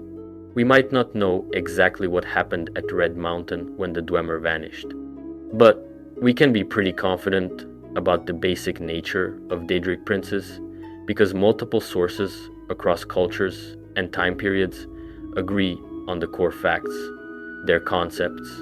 They're unkillable. They've been around forever and will be around forever. When every culture that deals with princes across thousands of years arrives at the same conclusion, that's pretty strong evidence. The Dunmer think you can't kill princes. The Nords think you can't kill princes. The Imperials think you can't kill princes. The Altmer think you can't kill princes. Sotha Seal, who studied them extensively, thinks you can't kill princes. That's about as close to consensus as you get in Elder Scrolls lore. The out-of-game texts are another complication. Michael Kirkbride wrote a lot of lore for Elder Scrolls, both while working for Bethesda and after he left. Some of his texts are in the games, some aren't. The ones that aren't are called obscure texts or unlicensed texts by the community. How much weight should we give these texts? They're written by someone who helped create the lore. They're often referenced or built upon in later games. But they're not officially in the games. So, are they canon? The community generally treats them as soft canon. Interesting.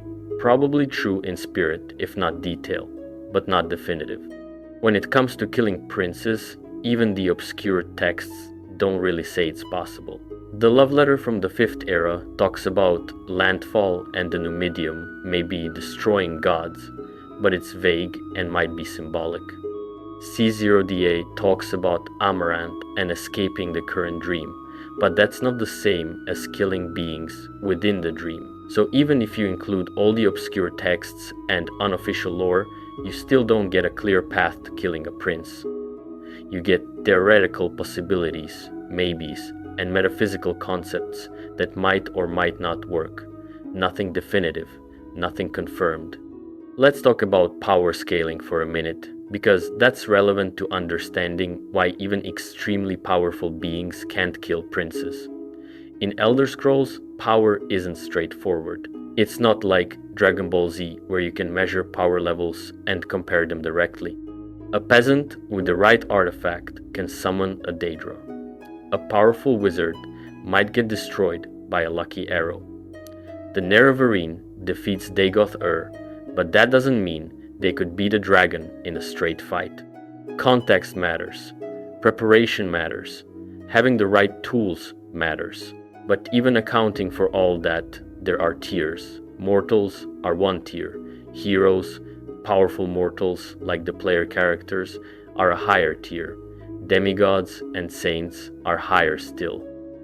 The Tribunal at full power. The Greybeards at their peak. Ancient dragons. These are up there. Above that are the weakened Aedra, beings like Akatosh who gave up their power but are still divine. Above that are the Daedric princes who kept their full original power. And maybe above that is the Godhead, though the Godhead isn't really a being you can fight, it's the dreamer of the entire dream. The gap between tiers is massive. A hero is infinitely more powerful than a peasant, but infinitely less powerful than a prince. You can't bridge that gap through training or equipment or determination. It's a qualitative difference, not quantitative. You're not just weaker, you're operating on a different level of reality. This is why even stacking every advantage, every artifact, every blessing, every power, a mortal still couldn't kill a prince.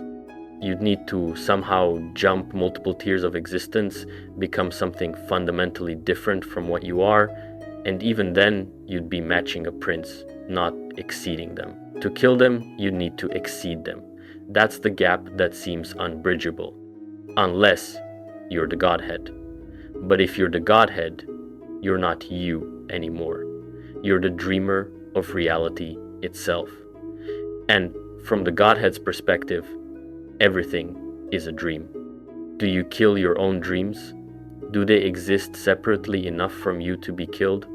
These questions stop making sense at that level. The final thing I want to address is why this matters emotionally and thematically to people who care about Elder Scrolls.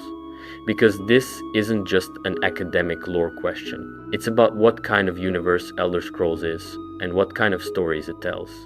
If princes could be killed, Elder Scrolls would be a more traditional power fantasy. You start weak, get stronger, eventually surpass the gods, kill the ultimate evil, save the world permanently. That's satisfying in its own way.